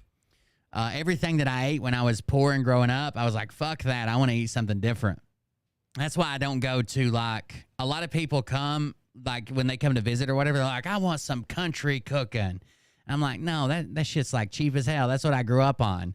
We'd have to eat it for, like, a week straight because we made a giant pot of it. I don't want none of that shit. But then Mariah started making it with milk, and I started eating it. It's pretty good. I still eat it. That has no relevance to anything going on right now, but just asking. Be something that remains behind the scenes for an extended period of time. But something major happened to the point where General Flynn will not be in the White House.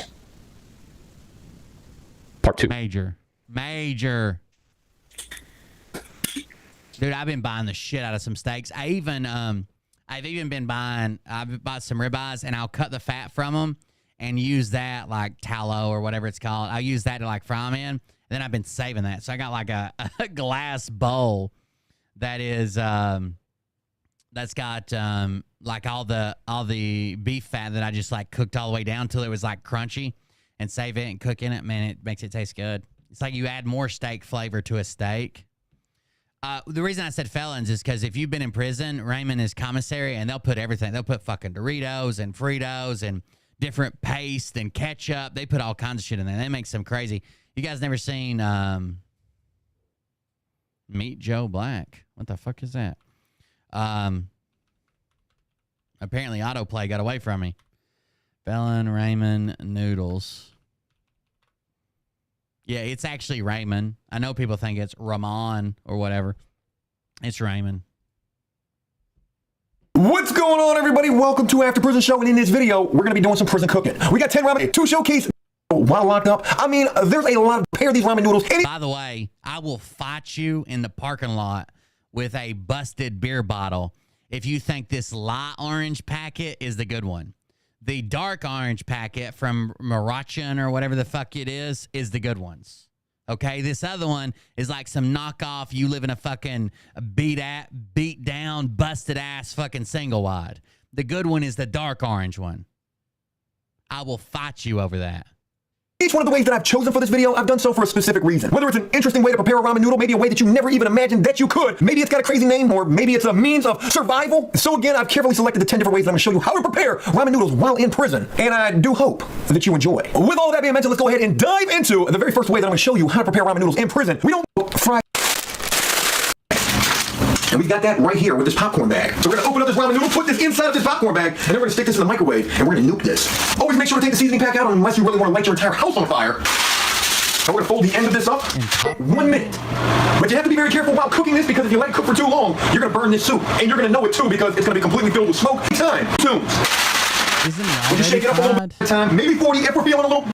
I got to use a different one because this is going to be smoking hot. I don't know if you can see the steam coming off of this. It's not cooked enough yet. Back in the microwave. Clear. Oh, here's the cooking damn ramen noodle. Behind us, just imagine in front of you. No, bad, Cody. I don't want you to burn the lens or anything. Can you see it? See that nice toasty brown? We're not done yet. We're feeling a little brave still. We're going to get these just a little more. We only have 30 seconds to do this. We're going to put our seasoning pack in here. La-da-da. I'm going to put just a little bit of water. That's all the water we want right there. Leave that right there. Hey, yo, you done in the microwave yet? You done in the microwave? You've been in there for 3 hours cooking one single ramen noodle. I'm done, man. It's yours. The microwave's yours. Look at that. So we've stirred up our seasoning pack with just that little bit of water, and now it's time for the magic. You ready? You can hear those noodles already sizzling in that water. I'm gonna go ahead and cover that up. And that thing's gonna cook so fast. It's almost like a chemical reaction. You put those hot, again, when you fry these. We're gonna prepare. I wanted to see how much. We don't want to add too much seasoning to this. Chop up a ramen noodle. But with the contents mixed up correctly, enjoy. Oh, they eat them like chips too. Dry ramen noodle. Time to shake like chips. What we had from the second way, because ramen noodle our bowl with this water heating up inside. Hurry up and cook so we put the meal while locked up. As it's oftentimes referred to as. Let's find a ramen recipe. A jailhouse brick. You got to use that in your prison wallet. Felon Mills best noodle burrito. No one's looking for nutritional value. Not a single person is like, I'm gonna get some ramen noodles because I need some micronutrients. Not a single person. A prison log. God, what are they calling these? 3 cheapest ramen noodles, prison meals. My famous ramen noodle dish, prison cooking with Larry. What is that? Throw away your ramen packets and make this instead. Oh, I guess it's some type of flavor for it. There's some eggs. Out there, just pour eggs over ramen, and the result will be amazing, easy, and delicious. Liam likes these weird ones that's fucking got like Japanese writing on them. They're like super spicy and shit. They come in like a bowl that you microwave them in. Part 2. You may or may not like this one. But again, in the same breath of be careful what you heard prior. You seen that fake ass fucking video about the mites that are on ramen noodles? Clearly they're dust mites. I don't know if you ever seen dust mites under. So he just got like some old fucking dust that dust mites live in, like rub them on the noodles and throw them under a microscope. Based on what I'm about to say, when I was just mentioning Flynn, take that same caution now with what I'm about to say. Because the things that you heard with me, about this next individual over the past year and a half, it's not what I'm talking about at all. This is something new, which over the next few weeks, I anticipate that I'm going to release more information on. But it appears that a deal has been struck between... Oh, speaking of breakfast, I just went to Hardee's tonight and got a big hot ham and cheese sandwich. Man, those are good. But they got breakfast burritos now at Hardee's. Hardee's has a really, really good breakfast. I like their loaded omelet biscuit. Man, it's good. I'm never up that early, but when I am, it's good. Now they got burritos. I hope they use some. They got good ingredients. I hope they use those in their burritos. Between President Donald Trump and Ron DeSantis for DeSantis to become the next vice president of the United States. Wow, Miss Press. Jesus Christ. Tell me you never took that silver spoon out of your mouth to try ramen without telling me. Damn, Miss Moneybags. Damn. Jesus, too many zeros to even pick up a case of ramen for $3.64. That's 12 packs. Now, again, please, before you start running back to all of the old intel about DeSantis is so bad, look at what he did, look at who he associates with, George Soros, and all this crap. You've been fed a mountain of lies by the people who have been saying those things. To be fair, she is president. Maybe she banned them in her community. I don't know. What you have heard about DeSantis. The nanny probably ate ramen, but they make her take her lunch outside on the other side of the fence. They don't like to see poor people eat. It's a thing, right? No one really likes to see poor people eat, but some of us have to. Over the last year and a half was called purposeful misinformation. That means that the things that you heard, the bad things that you heard about DeSantis, we, the White Hats, wanted you to hear that. That is what purposeful means. What misinformation means is that we are giving you information that is not accurate. So we are... I buy MSG in the shaker and put it on that motherfucker. Purposely giving you bullshit. Now, a lot of you may say, and you may be right, well, that's shitty. Why would you give us stuff that you know is bullshit? Well, the same people that say that also don't have a bird's eye view of what's going on. You have a very, very minuscule view. Your view is so tiny. It's almost like if you lay down on the ground, like go outside right now and lay down on the ground, sideways, put your ear on the ground. What? And look out. What do you see? Not much, right? You could just see probably the ground. Maybe if you, without lifting your head, maybe you could like put your eye up like this and see a little bit of the sky, but not much. Now, imagine you compare that view to someone who has a drone in the sky 10,000 feet in the air. Could they not see a lot more? They could see you laying on the ground. Like, why would you put your ear to the ground? Wouldn't you put your forehead to the ground? If we're talking about a drone looking down and we're talking about your view, why would you put your ear to the ground to look around? Ants. But they see a hell of a lot more than you, right? They probably see your whole town, a good portion of your state that you reside in, your area that you're in. Anybody that says, oh, well, we're screwed if DeSantis is going to be president. Let me ask you a question. Who picks the vice president? The president, right? Presidential candidate or the president picks the vice president. Do you think that Donald Trump would pick Ron DeSantis if those things that you heard in the last year and a half were true? No. He wouldn't. Do you trust Trump? If you don't trust Trump. I've convinced myself I'm going to die in a car wreck. Someone said he's listening to the grass, and that made me think of people like tripping mushrooms. I've convinced myself. So the two kind of like weird bad trips I've had were that I was in a hospital and literally like had a car wreck, a bad car wreck. And during this car wreck, I was either like, well, I don't even drink. I was either like drunk or incapacitated in some way because I don't even remember. It's just waking up in the hospital. Maybe I fell asleep. That might be it. But yeah, I've convinced myself that I can see the future, and then I'm going to die in a car wreck. You know, But at least I was alone. you're in for your immediate and long-term, middle-term future is not going to be good because Trump is going to be making a lot of decisions in the very near future that affect the pathway forward for each and every one of us, probably for the next several decades. So if you don't trust Trump, it's probably best you go back to sleep because you are in for a world of Trump and policies that are going to be put in place and constitutional amendments. Did you hear what I just said? Constitutional amendments that are going to be written by Trump and his administration. Preventing what we've been through for the last 4 years. Screw that. Like, can the president write amendments to the Constitution? I'm a little rusty with how the legislative system works. Does the president write laws, including those that amend the Constitution? Is that what he does?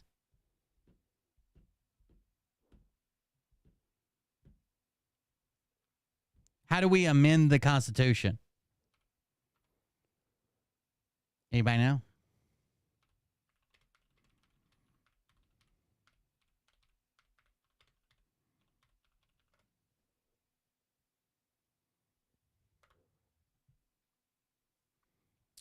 An amendment has to be proposed by a 2/3 vote of both the House and the Congress.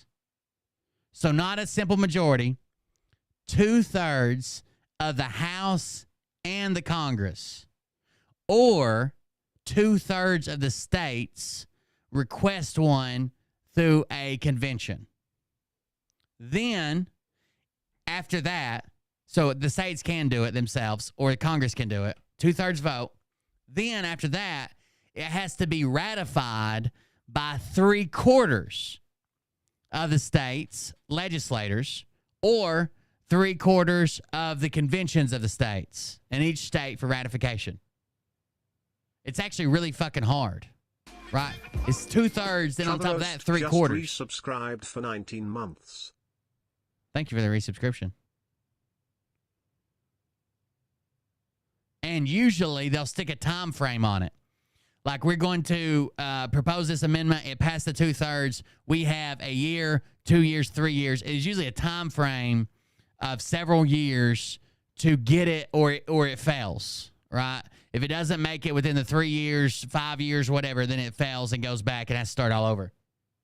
60 years from ever happening again. So if you don't trust Trump's judgment and all that, and you're there to say, well, you know, if he picks DeSantis, I'm out of here. That is that lying on the ground, ear to the sand, small view. It's not the big overall bird's eye If he picks DeSantis, I'm out of here. view that you need to understand that decision. I don't know that Trump can pick DeSantis. His Q-tard minions have spent the last fucking year destroying DeSantis and everything about him. But General Flynn, until very recently, was going to be that guy. No longer. I'm actually shocked that I'm saying that. I am. I'm shocked that I sit here tonight.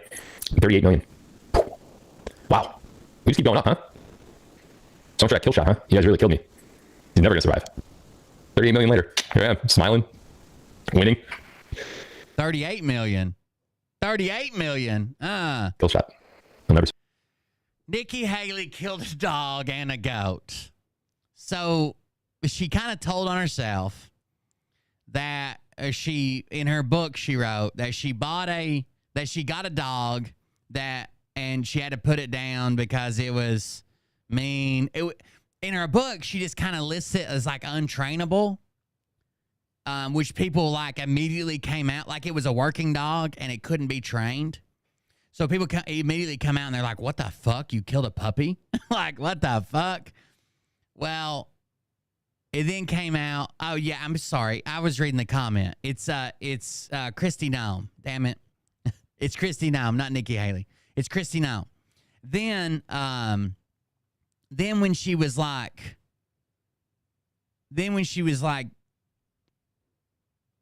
pushed on this question, then she said it was aggressive. It killed the neighbor's chickens. It was trying to bite at me and bite at my kids, and I had to shoot it down. In her book, she says it was untrainable. It attacked some livestock. She put it down just because, and that shows that she's willing to make the tough choices in politics, right?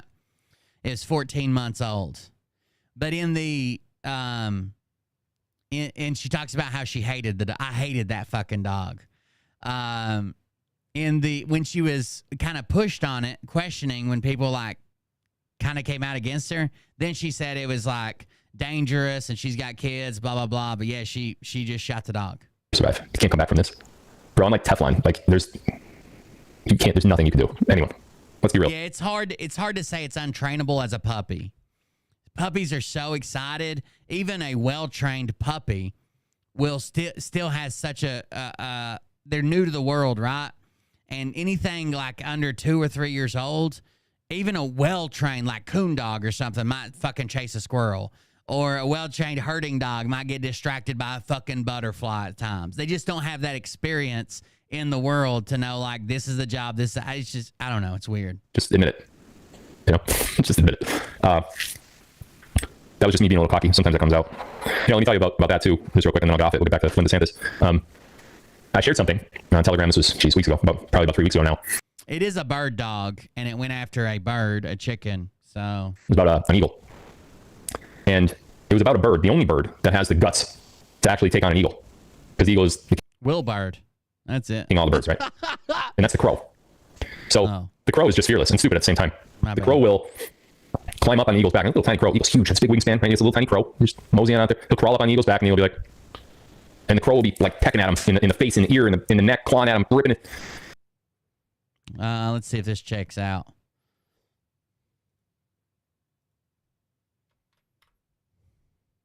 I'm told that the only bird that would attack an eagle is a crow. When the crow attacks an eagle, he's not really attacking the eagle as much as just pecking on his back, really annoying him. But that makes sense, because when you look at the difference between a crow and an eagle, you begin to see why. When was the last time you've seen a large flock of eagles? And when was the last time you've seen a large flock of crows? Crows hang together. Crows make an awful lot of noise. Crows want to be. Crows are scavengers. They'll eat whatever, including garbage. As a matter of fact, they love trash. Leave your trash out. If there's a crow around, he'll be in it, but not an eagle. An eagle's desires are refined. He won't consume just anything. However, a crow will. Crows are antagonistic, but the eagle, once that crow is pecking on his back, can do one of two things. Obviously killing it, but in most cases, that eagle is not even that concerned. The eagle will then turn and do what is natural to him, take flight. And if that crow is still on his back trying to peck or trying to fly with him, then the eagle will just simply do what comes natural. The eagle will soar and reach a height to where, one, the crow cannot continue to fly, and if he happens to be hanging on, he cannot breathe. He cannot handle the higher heights. The crow is typically relegated to the ground, whereas the eagle's natural domain is to be in the air, soaring. Even with the way the eagle soars, notice how the eagle can glide. He is strong enough, as well as majestic, to just catch. I don't know how this turned into inspirational, but weird. Crows hitch rides on eagles. All right, here is a crow that decides he wants to take a break from flying, so he hitches a ride on an eagle. Both birds were flying over Seebeck, Washington. America! They sneaky little crow spotted a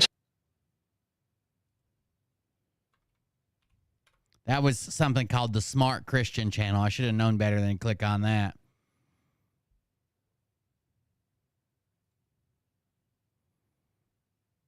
Holy moly. Holy moly. Get it. Wow. Oh, so the eagle's trying to attack the seagull, and the crows are attacking the eagle because they're friends with the seagull. Holy moly. Get it. There you go. Checks out on my end. The eagle knows the crow is there, but the eagle does this thing in its head and says, do I really want to waste time on this crow? I'm an eagle. Do I really want to fight this thing? Waste energy on fighting this crow on my back? No. So what the eagle, this is in terms of what they do. Look it up. What the eagle does is it flies. Start flying, and that crow just clings to its back. Won't move. Apparently, he watched the Smart Christian channel because he's repeating the exact same thing that the Smart Christian channel said. You can actually see videos of eagles flying with crows on their back. More than one sometimes. The eagle will fly up so high to an altitude that the crow can't breathe. And the crow will eventually... I don't think that's true.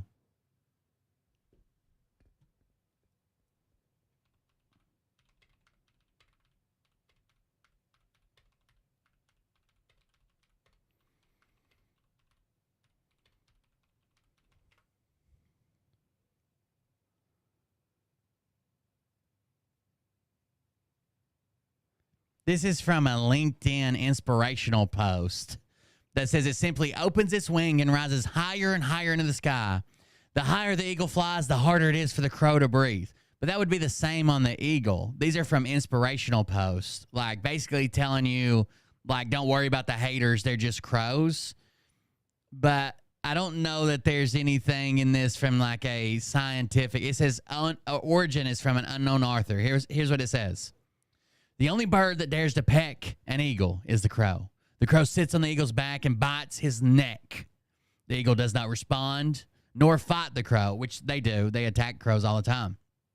It does not spend time or energy on the crow. Instead, he just opens his majestic wings and begins to rise higher into the heavens. The higher the flight, the harder it is for the crow to breathe, and eventually the crow falls off due to lack of oxygen. Learn from the eagle and don't fight over the crows. Just keep ascending. They might be along for the ride, but soon they'll fall off. Do not allow yourself to succumb to the distractions and the haters in the world. Keep your focus on the things above and continue rising. I don't even think that's true. Source, original author, unknown. Yeah, all these are like inspirational quotes. I don't even think that's true.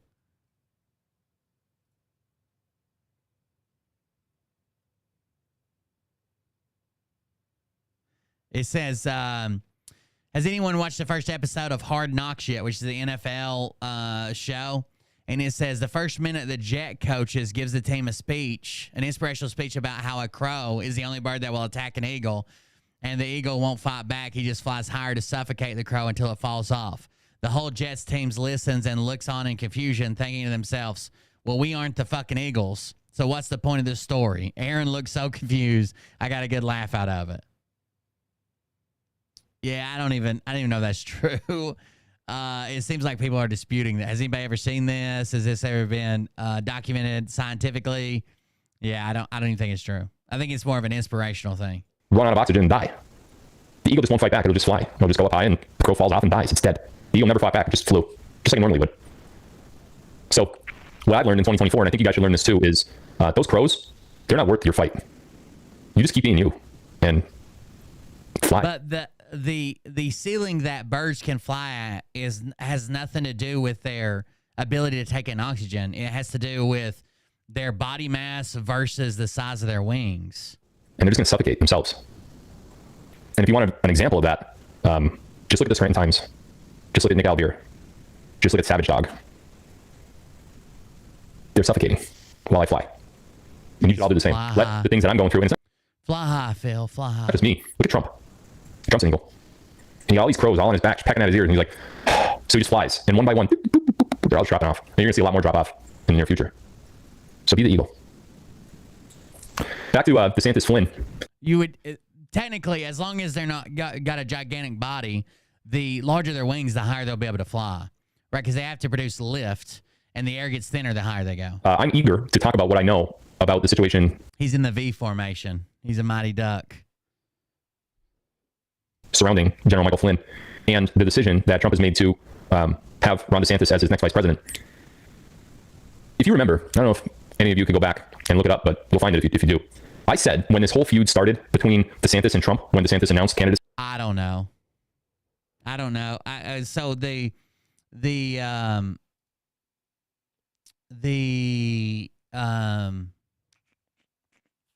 court dates aren't exactly public. I know a new judge was assigned. So apparently in Pennsylvania, I didn't know this is a thing. A lot of other states don't do it.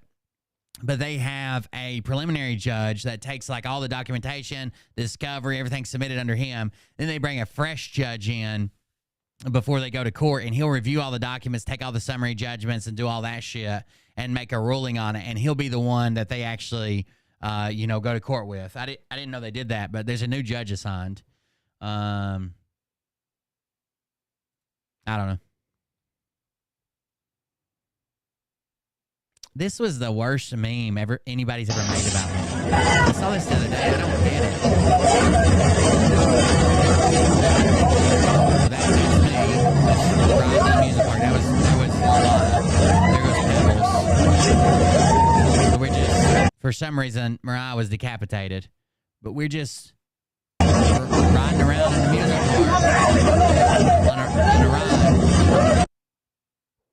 That's the whole meme.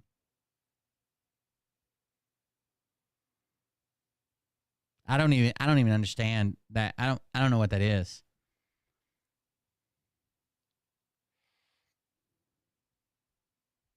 Amazing.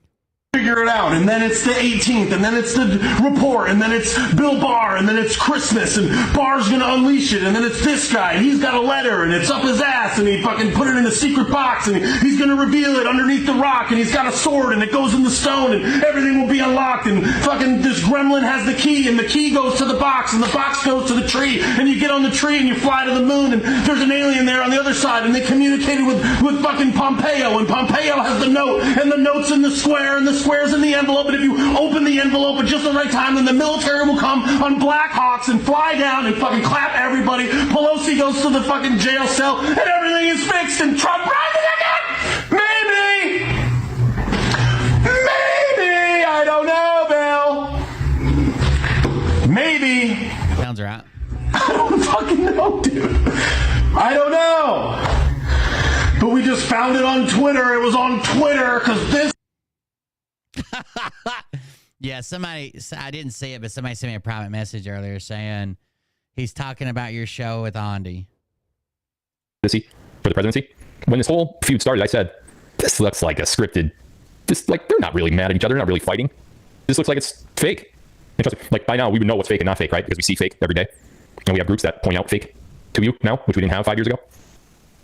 Go back and look at my posts. Most of the time they're wrong.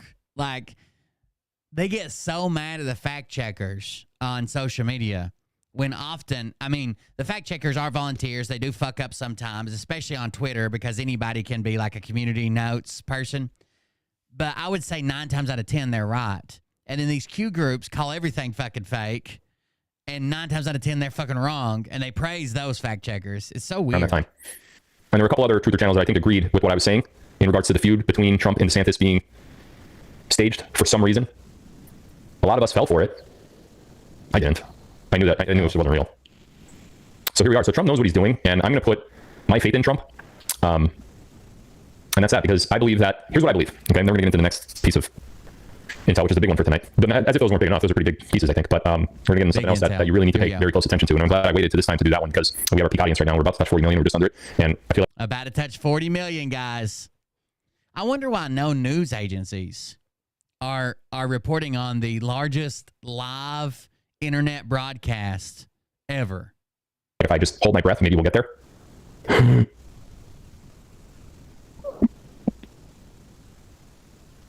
Is he even faking holding his breath? I started going down. What? I hate you guys. You did that on purpose. You saw me holding my breath and then you left. Maybe I just don't pay attention to it anymore, bro. So the 40 million is across a bunch of platforms. I'm looking at Q streaming, which has the most. Rumble is second most. By the way, Rumble says 53.5. 53.5. 53,000. I mean, that's still an amazing number that Phil can hold 50-some thousand people watching him live. But fuck, now he can't even brag about that. Facebook the third. Trump would throw an actual eagle under the bus. Twitter and locals are very, very close. Keeps going back and forth.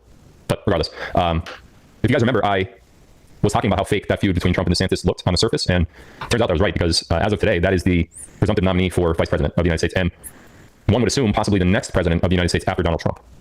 I mean, I wouldn't rule getting out dirty money. I can clean money. It's safe to assume that, because I can't see how anyone. First of all, I don't think there's with enough money, I'll buy a laundromat and literally launder the money through the laundromat. Going to be a Democratic Party after this all goes down this year. I think that party has literally destroyed itself in more ways than one, and there's a huge change coming in government. Now, I titled tonight's live, the title of tonight's live was called The Event, and obviously, we talked about an event that happened with Flynn, where it appears he's no longer in the running for a White House position. But that's not the event that's not the namesake event for tonight's live. The namesake event for tonight's live is regarding a totally different event, something that I alluded to in one of my past lives. It may have been my most recent live on Israel, about, I think that there almost has to be, this is what I said. I said, I think there almost has to be an event that happens sometime this summer that leads us to a halted, stalled, canceled, or special election for the presidency. And at the time that I said it, I was assuming, because I didn't know, but I knew that listen, when you get this close to the end, the paths that you could travel to the conclusion get less. There's less paths to take. So one could analyze what has happened and what's left to happen. And there's only a few different ways it could go. So when I said that, I kind of assumed that it has to go one of these ways. And that's when I made the event comment. And it turns out I was 100% dead on accurate with that. We are in for, I actually know it's going to be too. I just don't know exactly when. I know it's imminent. Like, here we go. I said imminent again. I know I've said imminent for the last 4 years. Oh, it's imminent. It's imminent. Where's the imminent? We want results. I get it. Okay. Everything's imminent. Like this summer, imminent. It can't be any past this summer. There's no way it could, in fact, because once it happens, there's going to have to be an adjustment period to the event. Like, it happened. Now we need time to get our shit together. And it's going to take a little bit of time to get our shit together. So it's going to be a tough one to hear, actually. But I mean, what good would I be if I withheld information from you guys, my following, if I knew something and I was allowed to discuss it without any repercussions and I didn't discuss it? What good would I be? Right? Why would I withhold something that you may not want to hear just because I'm worried that if I tell it to you, you may be upset or you may panic or whatever? What good would I be then? Am I just a puppet for good news? You know, am I only supposed to talk about good news? Actually, what I'm about to talk about is good news. It's just going to, I feel like some people are going to take it as not good news. We are heading for...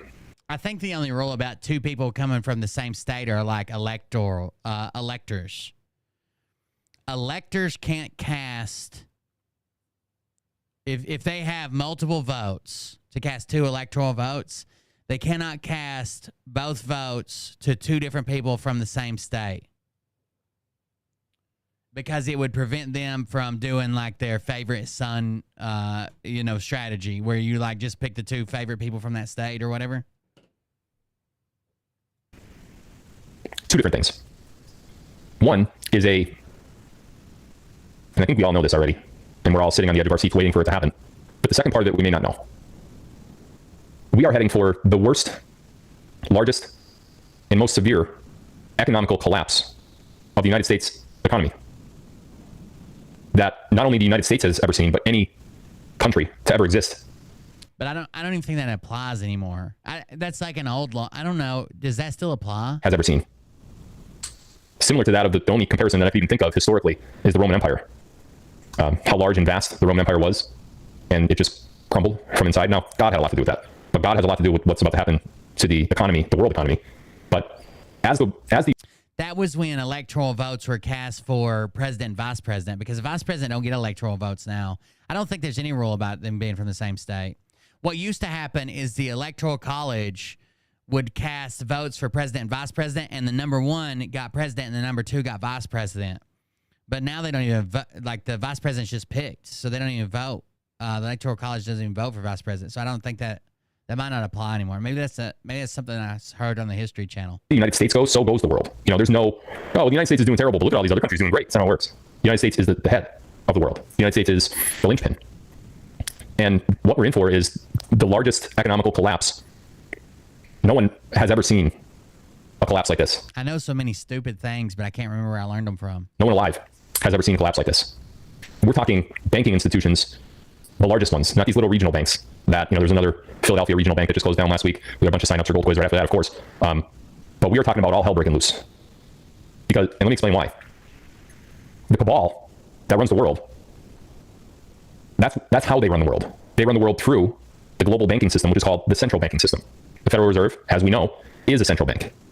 The Central Bank of Europe, the Central Bank of Canada, there's all central banks all over the world. The cabal runs them. We've done our part, like I said earlier, with $750 million worth of rollovers to metals, but we're not the only ones that are doing that. Phil did remove his Hitler stuff, I believe. I have downloaded copies of it, though. Hold on, let me make sure I still got them.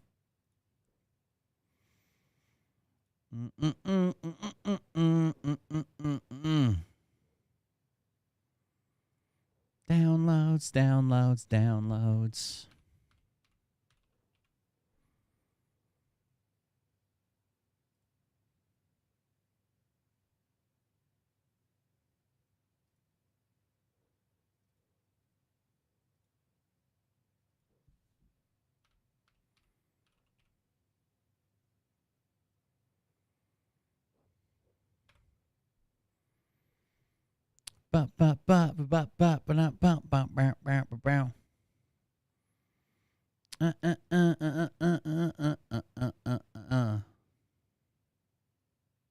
Uh-oh.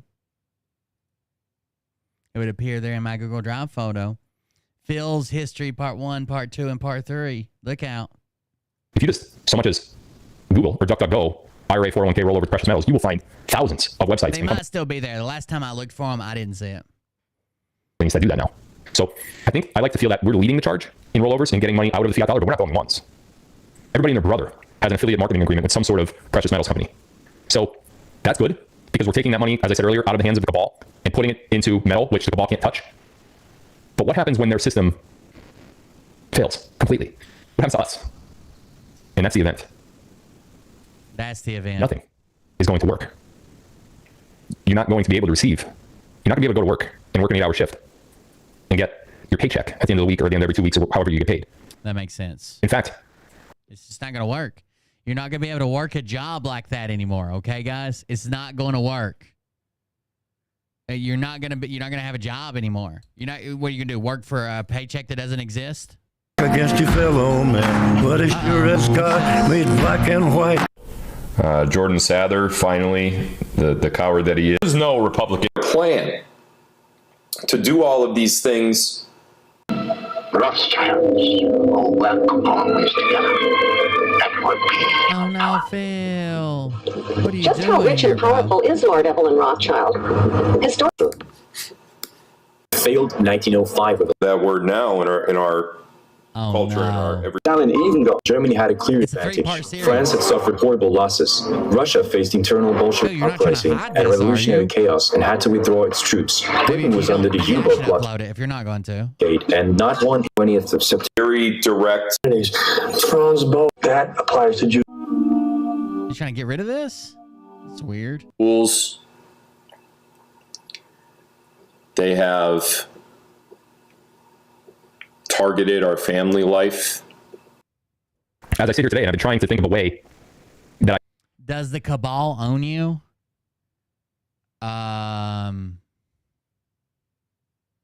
Depends on how much they're paying. I see the same system that we're in now, where you have that 9-to-5 job and an hourly wage. I'm trying to see a way that system somehow continues. I don't see it as I sit here right now. I don't see that happening. The whole economic way that we've operated under for 200 years is about to completely change. The cabal companies, which run the world, think of those 7 companies that own all of the other companies, right? The clothes you're wearing right now, the device that you're watching me on, the food in your refrigerator, the refrigerator itself, your car, your television. It was all manufactured by the cabal. So if the cabal just goes belly up, what happens to all those companies? Well, done for. They don't produce anymore. And we're looking at a large number of layoffs, a large number of shutdowns. If you guys don't know if I ever get bought out, because I'm getting a fucking grill. Rob a jewelry store, tell them make me a grill. And I think we're in for a period of only essential businesses being open. Whole top, diamond, when I say essential, I'm talking obviously rose gold, electric, gas, heat, oil. I think we're in for a period of. That'll be every bit of the money I get bought off with. I just come in with like a fucking $2 million grill and just pretend like nothing changed. Like, hey guys, welcome to the Cold Beer Confessional. Just fucking glinting this motherfucker up. Limited martial law, meaning travel will be limited. Yes, I'm getting a grill. Fuck you, Mariah. I want one. No one's ever seen anything like this. And the White Hats have done everything they could do to give us a nice little soft pillow to land on, but it's still going to be a fall. It's not going to be. Smile for me, Daddy. Great. What you looking at? It's going to be. I want to see your grill. Yeah, your grill. It's going to be tough. It's going to be hard. There's going to be a lot of confusion. Not for us, because we'll know. 43 million, by the way. 43 million, by the way. 43 million. 43 million.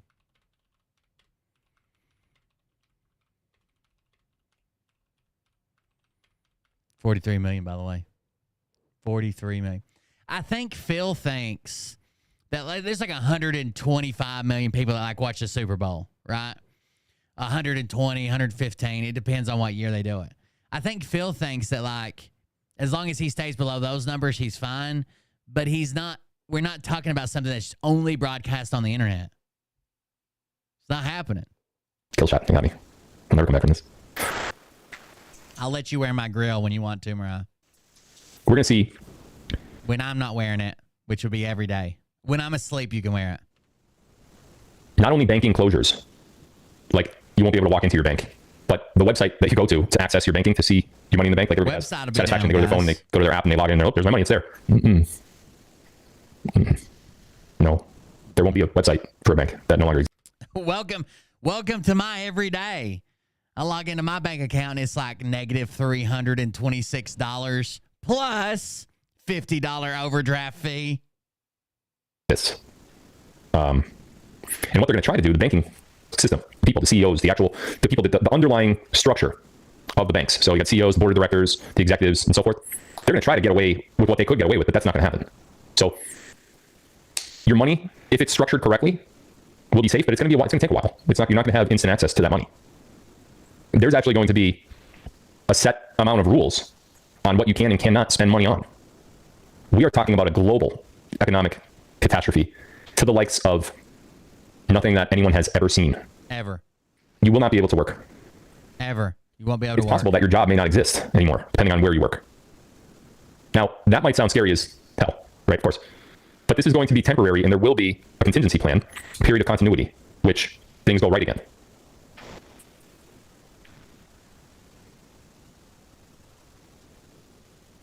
You know, I think back, it's moments like this where I talk about something like that, and then I think back to some phrases that, just from the keyboards and from drops and just from different followers that I've seen over the last 4 or 5 years that we've been doing this now. And one of those phrases that I think of at times like this, when there's, you know, a kind of like a oh shit moment, is in order to rebuild, it all has to be ripped down to nothing. There can be a single solitary organization or entity that's left standing. You literally have to go to the 0 point and start building back up from there. Got to. And that's the only way to do that's it. the only way that you'll ever get out from underneath a corrupt system. And this system is the most corrupt system. And it's so corrupt that the only way out from under it is by doing exactly that. And that is exactly what's going to happen. That is exactly what's in our future. And I have options. I have some options that I think are good options that will kind of protect us in that down period. How long is it going to last? You got me. I don't know. I have no idea. But here's one thing I do know. I've prepared for this. We've been talking about it for years. My concern is not me or my loved ones, my family. We're good. We are good. There goes my camera. I know I am still here. Hold on one second. It took an hour and a half to overheat. That's not bad. He needs a fan on it though. No one panic. If he had a fan on it, he could probably get double that time at least. I'm still here. There I am. Look at me. I don't know why it does that. I think it overheats. I feel like an after cooler on it or something. I don't know. It might happen again. If it does, I'll just turn it back up. I've personally prepared for this in terms of everything. In terms of housing, in terms of plans of continuity for education for my kids, in terms of income. The income streams that I have set up will not be affected by what's about to happen, by this global economic collapse. I've found solid companies that will withstand this turmoil. And we'll talk more about that during Tuesday's live. But there is a way to land as soft as... None of the landing spots for this are going to be nice and soft and cozy. It's not like there's not going to be a single landing spot that everyone's like, well, I'm good and everybody else is not good. Everyone's going to have a little bit of issues. Even some of the experts outside of the truther community, even some of the experts are saying, expect like not a lot of food at the grocery stores. Expect shortages of gasoline, they're saying. You have people like Robert Kiyosaki saying, please, he's begging people. He doesn't care how. He has no website to direct you to so he can make commission, like an affiliate agreement. He has none of that, but he is pleading you to buy gold and silver. He's begging you to buy gold and silver. Why? Because gold and silver survives. All of the money that you earn on a weekly or bi-weekly basis, it's paper. It's nothing. It's literally... But you told us every job in the world is going to shut down. So what are we going to buy with our gold and silver? Every job, every manufacturer, everything's going to be gone. There won't be no gas. There won't be no food. What, are you going to eat your fucking silver? Shit out little briquettes? It's paper. It's not worth the paper that it's even printed on. But metal, it's different. Metal's been around since the beginning of the world. And metal's always been used by every civilization to ever exist since the beginning of man. And it's been used as currency. And even when it's not used as currency, it's used as something else of value. There are people, huge industry experts, that are begging you to buy metal.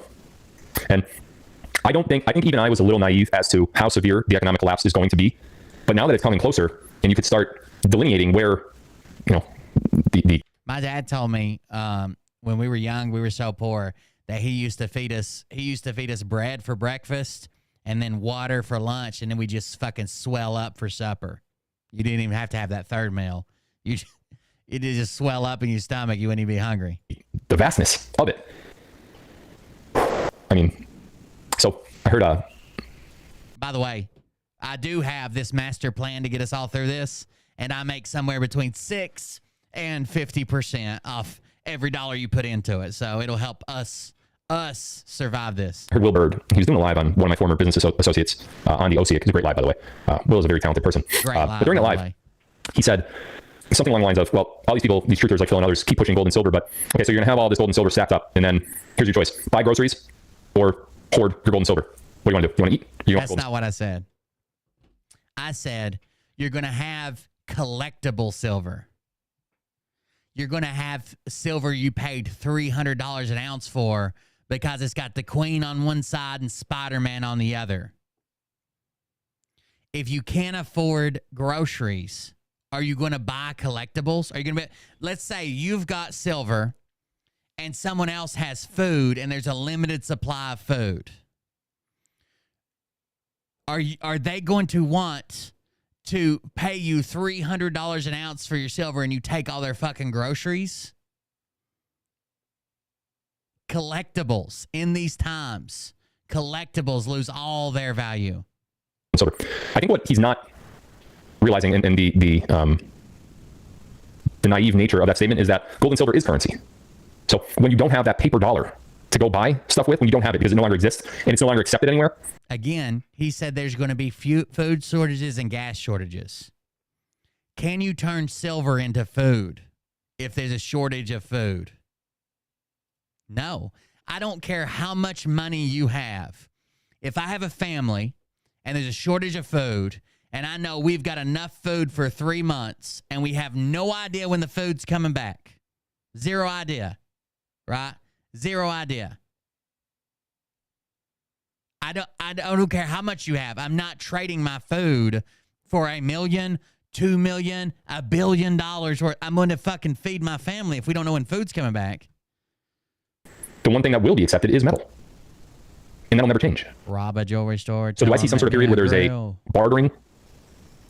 Here, I'll give you this, you give me that, and this is the gold or the silver? I do. I actually think that you'll be able to spend fractional amounts of metal in this period. The bad news is for people that have, retirement accounts or big savings accounts or big stashes of currency, the US dollar or any other currency, laying around in a safe or under a mattress or something, you're not going to be able to do anything with it. For those of you that don't actually hold it in your person and it is in some sort of retirement account, it's like just watching it evaporate, sort of. That's what happens during an economic collapse. And even if you do have it on your person, what good is that? What good is having $1 million in cash under your mattress? There's a ton more things that I would trade for instead. Maybe like if I had an extra supply of groceries, it might be gas, it might be labor, it might be seeds, there's a ton more things that I would trade for. If we're in this society collapsed, I don't give a fuck about gold or silver. Ammunition, supplies, labor probably. It would have to be a king size mattress, I would think, but what good is it? You can't, no one's going to accept it. You say, here, I'll give you this $1 million for, that 5-gallon drum of gasoline so I could get out of the state or whatever. No one's going to take your money because that's not money anymore. It's just paper. No one's going to take your silver either. No one's going to take your silver either. If there's a shortage. Because they don't know when it's coming back. If cash is worthless, silver probably is too. Unless we get in a position where there's ample supply of everything. It's just the dollar is for some reason went to zero, right? Let's say the government just tanks, but there's still food and groceries and trucks are still running, everything's going good. I can't imagine that scenario ever happening because if the government fails, everything else is going to go into free fall. But if that did happen, or there was an excess supply of water and food and clothing and everything else we need, maybe. But I don't see that happening ever. With some dead presidents on it. This collapse, this global economic collapse, will lead us into the revaluation period of worldwide currency. And I got news for you. There's been many rumors on the RV about how it'll happen and, when this gets reevaluated, it's going to go up. And I see there being one currency worldwide. One. no longer will this country have this currency, the euro and the dinar and the dollar and the peso and the... Maybe over time that develops back into something like that. But for the immediate future and probably the foreseeable future, I see one global currency that is backed by metal. So I get that, like... He's right. Like paper money, it doesn't matter. Like if there's only 1 gallon of milk left in a tri-state area, paper money is useless unless you can give them some other food stuff or something to survive on, something that you need, water, food, shit like that. Paper money is useless, but so is gold. It is a currency. I agree. Silver is a currency. I could probably convince somebody to sell me gas for silver, but if there's only 1 gallon of gas and no groceries, groceries become the commodity. They become what is traded. If there's no gallons of gas, but there's tons of groceries, then gas becomes, or bullets become, or labor becomes, or seeds. Let's say we have an amazing amount of food right now, but they tell us, hey, nobody's planting seeds. Then fucking seeds and gardens become it. A lot of the major experts are big into, well, Iraq is about to reevaluate, and the Zim, and blah, blah, blah, and boo, boo, boo, and I get that, but the intel that I have does not support any of that at all. Do you know how much foreign currency I own? No revaluation.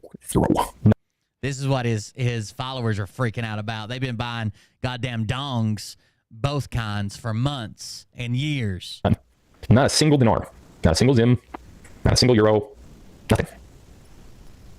Lately, probably in the last 30 days, I personally have limited the dollars that I have in liquidity. I won't even keep. I sometimes fantasize about that scenario. Like if shit hits the fan, the absolute worst place to be would be like a Walmart, and I want to go there just to see what happens. Like an all-out, every man for himself, running, gunning, breach the Walmart door. I just want to see what happens. Well, everybody has a different definition of what a lot of money is, right? You may think $10,000 is a lot of money. I may think $1 million is a lot of money. It's all relative. I've been trained for scenarios like that, but so have other people. So I'm just kind of curious how everybody stacks up. Right, depends on what situation you're in financially. But I will not keep a lot of money in my bank accounts anymore because every day I wake up, I log in my bank account, and I see how much is in there. I say to myself, okay, that's how much I might lose by the end of the day. Are you okay with that, Phil? And if I answer yes, I proceed. And I do the same question the next day. However, if I answer no, I'm moving it. I could instantaneously buy Silver Eagles on my philsilver.com platform. Instantaneously. Through Sound Money. We'll talk more about that on Tuesday. I could instantaneously buy fractional gold or silver through a website. If I feel like I have too much of the fiat dollar, I'm moving it. I won't keep it there. I don't. Sometimes if it gets too much, like maybe I don't want to buy $1 million worth of gold or silver one day, but maybe I'll buy property. Because no matter what happens economically with a global type crash, I know that property is still going to be there afterwards. It may not have a lot of value in the short term, but in the long term it will. So I'm securing my wealth by real estate in that regard. I don't own any foreign currency. I've never told anyone to buy any foreign currency. I've never given that advice. I haven't talked much about the RV. I know other people have, and I know it's a very popular thing right now to buy Zim and dinar and all that stuff. I know. I read those reports too. I just don't agree with them. Multiple dongs. And you could agree with them. I'm not saying you got to listen to what I'm saying. This is a show. This is my show. I talk about the topics that I have intel on, and sometimes I'm right, sometimes I'm wrong. I don't think I'm wrong about this one. In fact, I know I'm not. So there's some banks to watch. There's two. The pharmacies are going to be wild for multiple reasons. The pharmacies will be wild for fucking fiends because lawlessness has broken out. And there's also going to be people that have loved ones or themselves need some type of medication to live. And if another truck's not coming, the pharmacies would be a cool place. Just shoot it out. Get some Roxy's. And this will give you a glimpse into what happens next. Let me just make sure we're still live because there we go. Oh, my camera go off again? Right. I'm here. How much did he get that time after it overheated? 10 minutes. Oh, I tried to time it right, but I guess I did it a little late. Son of a gun. There's some warning, some short-term warning signals. And I'm going to give you two banks to look at. And when you see some headlines come out, no matter what the headlines are, first of all, they're not going to be like, they're not going to be good-looking headlines. So you're going to know when you see it. But there's two banks that you need to focus in on because when these banks start making headlines in mainstream media, it's going down. And the first is Bank of America. And we all know why. Again, if you haven't watched my show for a very long time, Bank of America has short positions on the gold and silver market, which means... All right, so this is so fucking dumb right here. I addressed it in chat earlier. This is dumb, okay? First of all, the guy that wrote this article, this TED guy, he made a bunch of kind of wild assumptions, right? And I outlined them in a post I made. So Here's the post. It says, I have a lot of problems with the speculation that is Bank of America leasing 800 million ounces of silver from JP Morgan and selling it. Meaning, I think his conclusion is highly speculative. And in his own post, he says this: I had speculated roughly a year earlier on the occasion of 300 million ounces of silver being deposited in the silver ETFs, primarily SLV. That, my guess, was the physical metal inflow was the result of JP Morgan leasing the silver to an unnamed third party. So this is all an assumption, a speculation. Then he says the OCC report for December 31st, 2020 came out, released at the end of March since 2021.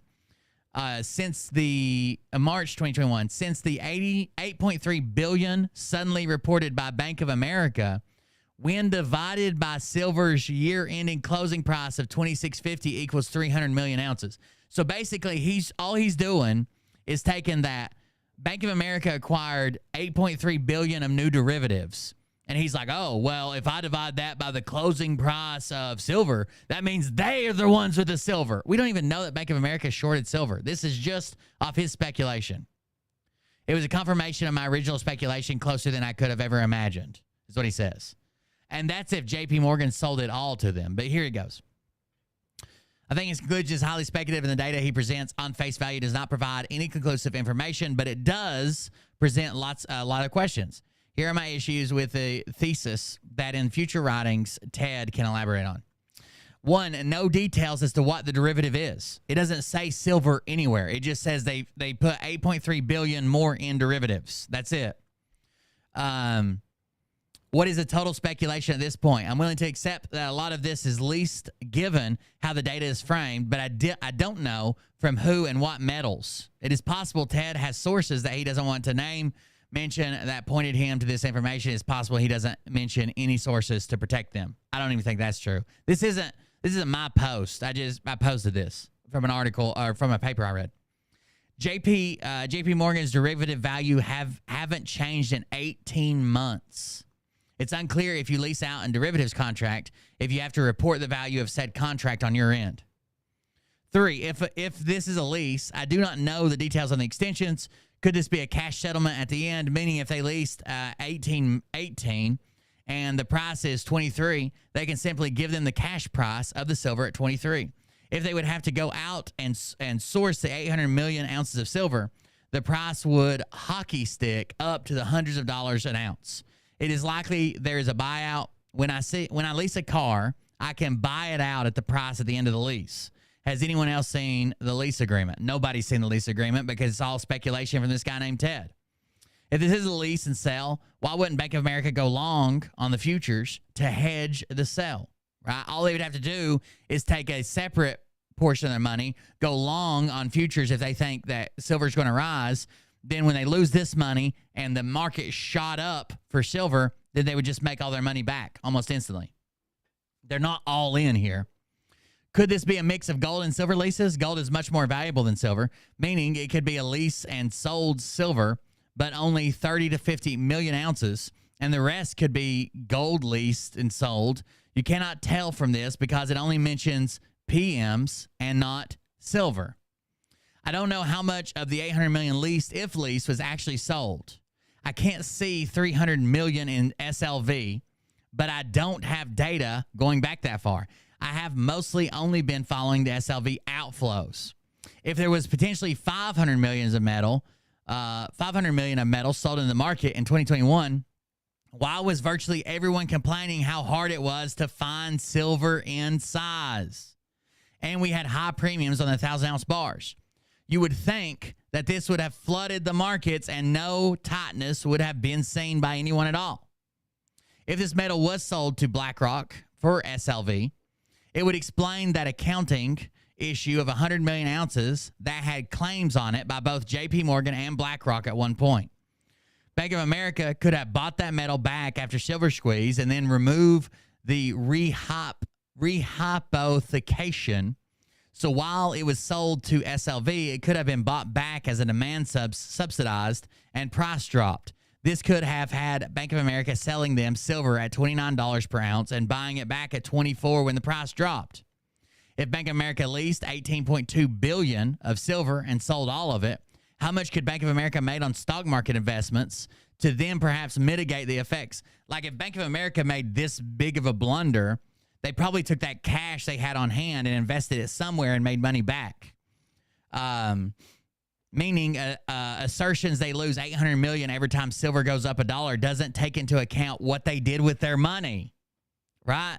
What if they did sell it all and then immediately bought silver and now their silver is going up at the same rate and all they got to do is replace the silver? They could be breaking even on this. This is fucking retarded to guess this much of an investment. Oh, it's a scare tactic. It's not retarded. It's a scare tactic to guess this hardcore into this. If we are to assume that Bank of America PM derivatives is a lease of silver from some party based in this chart, what are we to assume on the JP Morgan 27 billion number? Could that be JP Morgan leasing gold from someone and selling it? Wouldn't the same principles apply to JP Morgan in this case with gold going up? Could these two blanks have leased sold into physical markets and at the behest of the entities that would have to keep gold, silver low while we printed in U.S. dollars? If so, how much physical could be left to continue this? Or has this depleted the stockpiles? If the stockpiles are depleted on short selling and demand keeps up, this would mean the PM game of musical chairs stops in 2022 and Krakatoa happens with both gold and silver prices. It is possible these banks lease metals with buyout prices that could be settled in cash. If the gold that was leased was from the U.S. Treasury over many, many years and many leases. Remember, the Treasury accounts for gold at like $35 prices and could be settled in cash. How much gold does the U.S. actually have now? This is perhaps why the money audit of the U.S. gold reserves and was denied and no audit has been performed since 1954. Questions is, if there's no gold left, what degree is the national security risk, the extent of our currency? Could all of this conspiracy people have been right over the years and we leased out our gold and paid back in cash settlements? To me, to the point here is expose a wider fraud with metals leasings that could go back 50 years. Now, this is this guy's conspiracy assumption. 11, this report shows bank derivatives. What is lost in the silver noise is the report on table 13. Bank of America has over 20 trillion in derivatives. I think people have put this into perspective here. This means the silver derivative is 1/1000. So this whole silver bet they made is only 1/1000th of the bets they're making. So let's say they lose their they lose every dime they put into this, plus some. It's 1/1000th of the bets they're currently making. 1/1000th. It's not going to destroy Bank of America. This is so fucking dumb. This isn't going to be what brings down Bank of America if Bank of America ever collapses, which I don't see it happening. But this isn't it. They're betting that the gold and silver market will stay down. So that, to the tune of this, for every $1 that the spot price of silver goes up, right now it's $27. Bank of America could have, if they even leased this silver, there's no proof that they even got this silver at all. But let's say they got it, sold it, and said, oh, if we fucked up, and bought it back immediately. They might just be losing 3 cents a fucking ounce. And they're planning on returning it whenever their lease is called.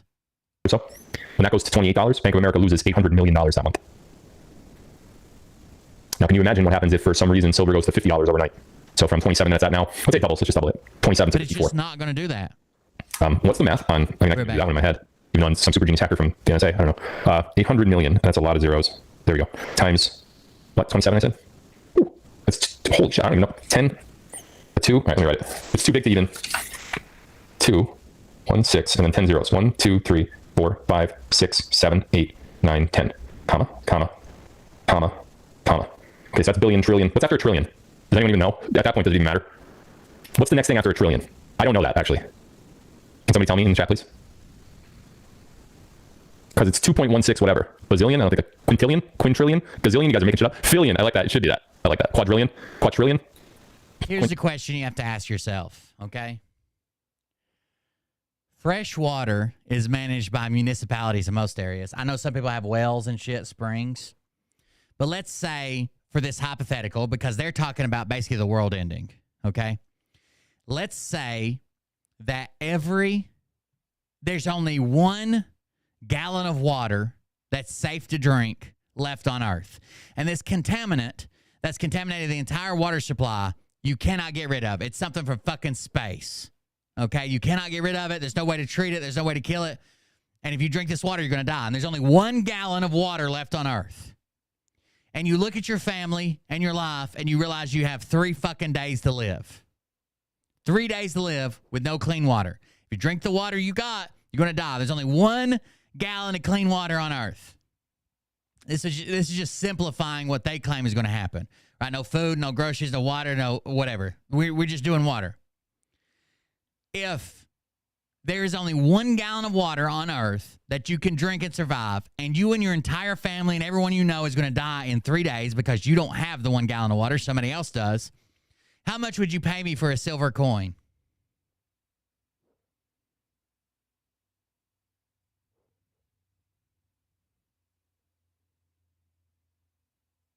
But they're not even saying that. They're not even saying it's the water. They're saying it's the groceries, it's the gas, it's the water, it's the utilities, it's the internet, it's everything that you want.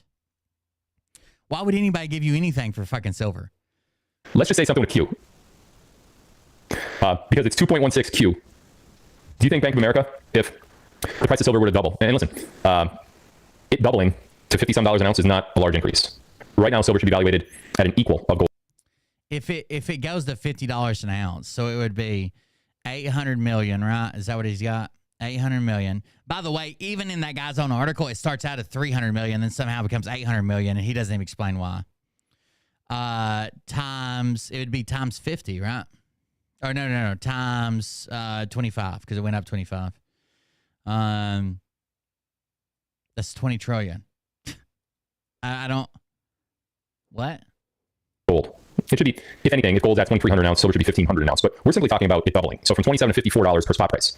Bank of America, if that happens and it stays that way for a 30-day period, Bank of America cannot pay 2.16 quadrillion or whatever it is dollars. They're not worth that much. If they liquidated everything that they had, they don't even come close to that number. Like within hundreds of trillions of dollars away. I don't even think. Again, this 800 million ounces that they bet on is 1/1000th of their investments. Of their derivatives investments, not their whole portfolio, not all of their derivatives. So even if it went up by 1,000 times the price, that would just knock out all the money they've got in derivatives. That's not even talking about their assets. That's not talking about the cash they have on hand. But somehow he says if the price doubles, they would lose quintillions of dollars. I don't think your math is mathing. How much money is in circulation? So Bank of America falls. And with the fall of Bank of America, that would be the death of Bank of America, by the way. There's no coming back from that at all, ever. If they have 800 million ounces and 800 million and it double, let's say it goes to 50 and we're calling it 25. So let's say it goes to 50. That'd be 800 million times 25. There's no bank or FDIC that's going to come in and save them. That's not a thing. That's it. It's over for them at that point. When that happens, there are hundreds of banks that shut down immediately afterwards.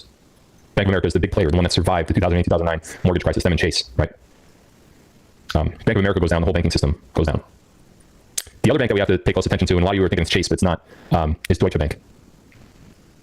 For reasons that I won't yet discuss, Deutsche Bank. When you see the news pointing to Bank of America and Deutsche Bank, the end is near. So, how does that all relate to Trump, Flynn, DeSantis, election fraud, and everything else? He don't know. In and around that time of turmoil, there's going to be several, and when I say several, I don't necessarily mean like 5 or 6 or 7, talking like dozens of things that come out. By the way, your money's going to be useless, so send it to me because I need a new desk. Coldbeer.fund. About Joe Biden, but about Joe Biden's ties to the global cabal industry that is responsible for the global economic collapse. In addition to, of course, election fraud and all that stuff. But through an unprecedented act of government, and if you haven't been paying attention yet, now's the time you really want to. Through an unprecedented act of government, which will kind of make its way across all levels of government, meaning the Congress, the executive branch, as well as the Supreme Court, as well as a global push for blood, for blame. Listen, when something like this happens, somebody needs to take the blame for it. We're not talking like a little tiny event. This is a global catastrophe on the economic front. And when something like this happens, someone needs to be blamed. And the head, there's going to be a lot of heads, especially in the United States government, but there will be global governments that heads roll into. But there's going to be a lot of heads within the United States government that just get put on the chopping block, and blame comes down for this global collapse. And a lot of that blame is going to be tied to a political disdain for their opponents, such as Donald Trump and everything that he's going through in the lawfare right now. And that executive action of government will end up ushering out the current president of the United States, and there will be a vacancy. And then we'll have a special election. And I could give you 2 guesses as to who might win that special election. It's not going to be me, if that's what you're thinking. I'm not running. It's the last thing I want to do. So this global economic collapse will... You want to see a video that reminds me of like Phil blatantly scamming his audience? Here, check this out. I think this is the right video. What are the last 4 digits of your social security number? 2200. 2200. That's $22. That's your shopping budget. If you follow me on TikTok, I'll double it. I sure do. She follows me. Let's go. Last 4 your social. That's your shopping budget. If you follow me, I'll double it. So she gets $44 to spend. Oh, $44. Anything you want, as long as it's under $44. Wow. You say $44? Yeah, we're doing a shopping spree. I'm going to double that for you if your mother's maiden name rhymes with frog. Well, it doesn't rhyme with frog. It's Anthony. Well, I'm so sorry. It doesn't rhyme. $44 is still a good amount. I'm so excited. You guys see my dog, Jeff? That's my first pet. You lost your first pet? What's your first pet's name? His name is Scooby-Doo. Is it 1 word or 2? It's hyphenated. So it's capital S, Scooby, hyphen, capital D, do. Well, I got to go find my dog, but thank you. Yeah, good luck. I heard your mother's maiden. So they got her mother's maiden name, her last 4 of her social, her first pet's name. Name is Anthony. My mother's maiden name is Anthony. Are we related? I've never seen you before. What street did you grow up on? I grew up on Chestnut Avenue. What was your childhood street? Pretty sure that's where I grew up, yeah. Oh my God, I just got a fraud alert on my phone. Somebody tried to take $44,000 out of my bank account. I have to go deal with this. You go.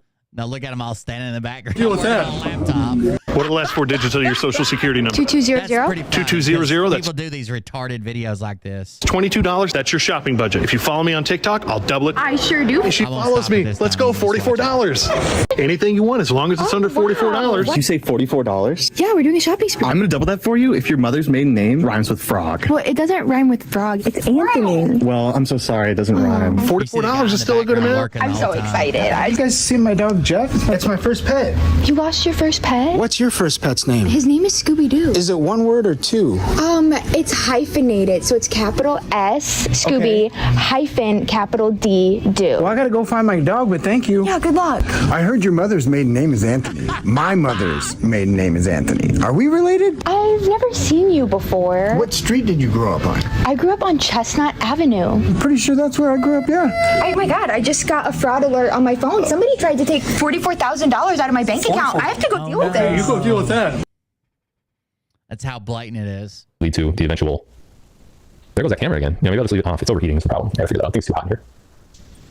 There's actually a way to keep the camera cool, and I didn't buy that device, but I'm going to now because I'm sick of that happening. It lasted a good hour and a half without it doing anything right until then. But that is what will usher out. That's the event. That is what will usher out the fraudulent president. And of course, after the ushering out of the fraudulent regime, which is in right now, we will have a lot of blame to go around, and that blame will primarily be, it's not just blame, but there'll be things to blame on the Biden administration. And not only the Biden administration, but many members of Congress are going down too. And they're all going to get what they deserve. So when I say there'll be a special election, I don't necessarily mean that the SCOTUS is going to say, hey, we're going to have an election and the people are going to vote on it. The special election will be from it'll be SCOTUS ordered, but it'll be ordered through the legislatures. And a temporary president will be put into place to try to fix the bullshit that's happening all around us. Boy, I can't think of a better guy than Donald Trump to fix a global economic crisis. Could you? I mean, this guy has survived bankruptcies and he's come out squeaky clean. And even after all the stuff that he's been through since his announcement for candidacy, let alone his presidency, his net worth just keeps skyrocketing. You think he knows a thing or two about getting a company out of a jam, getting a country out of an economic jam? How about getting the world out of an economic jam? You think he might know something? No. Yep, I think he might be That's literally uncharted territory. No one knows. I mean, I guess I would trust some economists that can predict these things and maybe has some theories on it, but no one's been there. That's just my opinion, of course. But so after Trump gets elected by legislation, I think within 90 days of that, the people have to vote to decide if he's going to stay, and that'll be the election. so to speak, that we get to participate in. I can't see that happening in 2024. Not the election where we vote. I don't know if there's enough time left. I mean, if you look at the calendar, you're already into May. Even if this collapse happens over the summer, like I would imagine that it would have to. I can't see us, I could see the special placement happening by the SCOTUS through the legislatures of Trump, but months will pass before an election happens. I just don't see that happening. Us voting on it. Obviously, when election fraud is taken out of the scenario, Donald Trump wins any election against any opponent in this country, in the United States.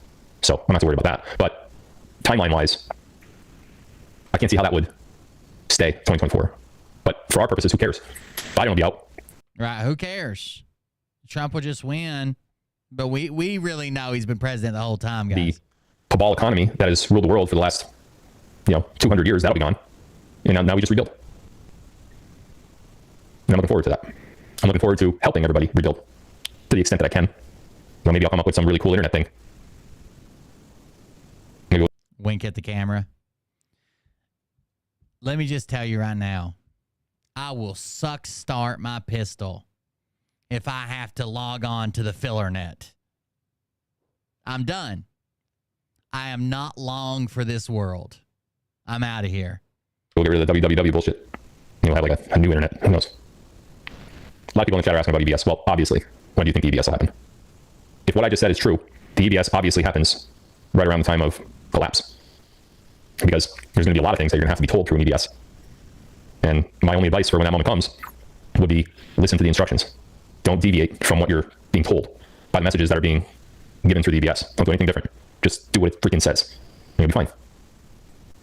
I'm confident that the White Hats have this under control in terms of the parachute to save the people. But it's not going to be pretty. Like I said, no one's going to have a nice little cushion to land on. This is going to be hard for each and every one of us, but it's also going to be necessary because if this doesn't happen this way, it can't happen. It has to happen this way.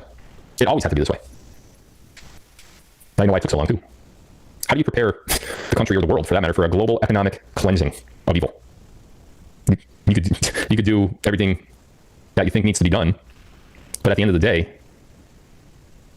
you run out of time. Like, you can't just keep extending this. You know what I mean? They would need a couple decades to get the proper structure and logistical plan in place to make sure that continuity exists without some sort of disruption.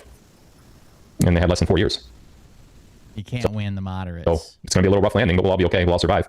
I'm going to skip tonight's portion of the Q&A because we already ran to 2 hours, and since I haven't done a live stream in the last few weeks, I'm tired. My voice is starting to hurt a little bit. And there goes my camera again, but don't worry, my voice is still here, and that's all you need. But what good would my live stream be if you couldn't see my face? So in that regard, there I am. Just like that. All you got to do is hit the button. So I'm going to skip the Q&A, but what I do want to tell you leading into my next live, which will be Tuesday, is Tuesday's live is going to try to help us. The company does like credit monitoring and repair. I'm still talking to them about setting something up for like an affiliate agreement. So basically, like people who signed up, I would make like it. I don't know. I used them before, but I don't know what their packages are now. It doesn't matter. But I would get a percentage of that. I'm still talking to them. Hopefully something works out. That'd be cool. Create a soft little cushion. There's so many scams in credit repair.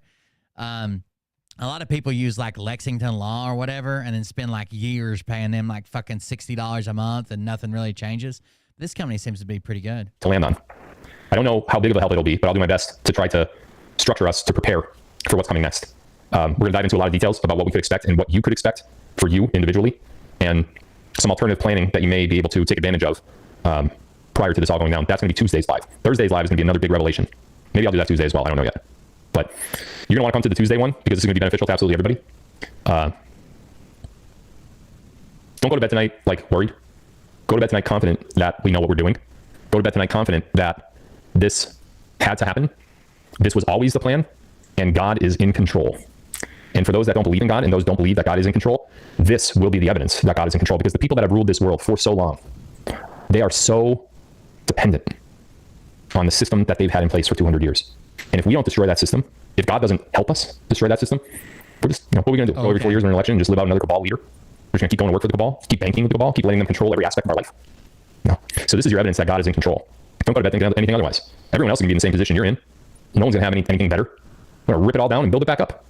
And this time we're going to build it without the evil people on the top. I think if I had to predict the election, I would say that Biden will probably win by a larger margin, but both of them will get less votes overall. We're going to build it with true human beings, true God-loving, God-fearing patriots on the top. And we're going to build it to last forever. So come to my live on Tuesday. Try to give everybody as many pointers as I could at that time. I'd love to do it now, but it'd take another 2 hours, and I obviously can't talk that long. So I love you guys. Thank you for tuning in. Please, if you haven't yet, give the video a thumbs up on Rumble and on Locals. That will help the algorithm. Same thing on Twitter. If you're watching on Twitter, same thing on DLive. Just like it, trolls, as always, make sure you hit the thumbs down button. Because what we like to see, what I like to see in particular, is the difference. You know, we'll get tens of thousands of thumbs ups and like 100 or 200 thumbs downs. So it's always like less than 1%. Already you know, 200 so that means 99% so plus of the people watching love the video. That. They're all happy with me. I think it's going to be more than 200 downvotes. Less than 1%ers. You know how many of you there are? There's not a lot. All right, guys. Love you guys. Looking forward to Tuesday. Make sure you tune into that one. And I'll be sure to post the replay link to all my channels. Again, goldquiz.com. If you haven't yet, let's try to get that 1 billion number. It's a big, big number. I'd love to get to. And a little giveaway if we do. So love you guys. See you on Tuesday night. Have a good one. If you wear glasses or contacts, you must see this. An award-winning doctor reveals an astonishing There's one simple tooth repair hack anyone can do to help rebuild their teeth and gums naturally. How many people are going to be pissed? Without having to the banks are not going to collapse. Right. Obviously, the banks are not going to collapse, and people did lose their ass on their life savings for retirement. A modeling or whatever it may be, right? It's almost always now, and I've seen this for the last so many years, and I think I'm probably one of the few people who talks about this. It's always white guys with minority chicks. Why not the other way around? It is. What about the black porn, Stoffela? The what? There's like one of the biggest genres in porn is like black guys dominating white women. Okay, that's like in the porn industry, but I'm talking about mainstream. And that's again, Malcolm X talks about that. It's because of this idea, this like sexual idea that basically black men are like beasts, and then they're gonna ravage. Animalistic. Yeah. So that's actually again dehumanizing black men. But okay, not interested in that. But thank you guys for joining us. That was Phil's story. I don't believe it, and you shouldn't either.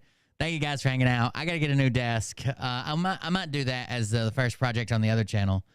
Throw a desk, because I kind of need a work area to work on stuff and some storage area for tools and shit. Anyways, thank you guys for joining us. I appreciate it. Thanks for hanging out with me. You want to support the show while we're offline, go to coldbeer.fund. We greatly appreciate it. The show's 100% funded by people like you. Thank you all for joining us, and we'll see everybody on the next one. Have a good night. Don't do anything that Tsuko would do, because you're probably in China and doing it wrong. See you guys on the next one. But I can tell you this about if this douchebag happens to see this particular show, you don't have the fork and balls to call out the people on this planet. Do not give Atsuko your TikTok account.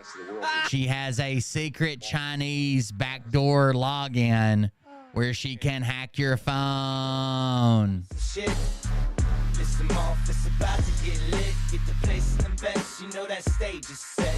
You better buckle up, cause you ain't seen. How you think Biden's getting rid of TikTok? Atsuko. Also, go to my TikTok. There was a butterfly orgy in my yard today. You better buckle up, cause you ain't seen none yet. And they say that I'm a lunatic. I'm hoping to catch something good on the dash cam. I got it all hooked up, working. See what's happening.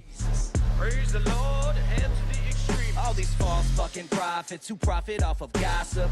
Worshipping drums, cocking, begging for a throat deposit. Swinging fucking meat hammers like Thor in a thong. He's strapped to the shaft, beating his chest like he doesn't love a good butterfly orgy. Come on. Make your gut burst. I'll be your huckleberry, I can quench that thirst. Baby eating lizard people, alien sex. What's next? Trump in a dress, fucking Flynn on his desk. A retard in a vest, climbing up 5G towers. Cause you told him if he did, he'd get fucking superpowers. Here we go, I think I started some shit. Piss them off, it's about to get lit. Get the place in the best, you know that stage is set. You better buckle up, cause you ain't seen none yet. Here we go, I think I started some shit. Piss them off, it's about to get lit. Get the place in the best, you know that stage is set. You better buckle up, cause you ain't seen none yet. I used to find clues too when I was high on shrooms. I found myself a tunnel that led to Jason Q's bedroom. Open his closet, I found some of his meat rockets. I strapped it to my shoes and then I flew through the roof. I found myself in orbit strapped to an F-16. High on amphetamine, with Trump in between. Put on a light coat of baby oil and saluted the troops. He tapped me on the shoulder and said, "This is gonna be it." Whoa, wait. Stop. What? What? I'll get my files. Wait, what are you doing? Stop. Hold on. Fucking stop. Dude, come on. Seriously. My mom's an alcoholic. Oh, give me a... Oh, my God. Damn it. Here we go. I think I started some shit. Piss them off. It's about to get lit. Get the place in the best. You know that stage is set. You better buckle up, cause you ain't seen none yet. Here we go. I think I started some shit. Piss him off, it's about to get lit. Get the place in them beds, you know that stage is set. You better buckle up, cause you ain't seen none yet. Round 3. Have a good night, guys. Goes Nino. Please say it isn't so. Got him back.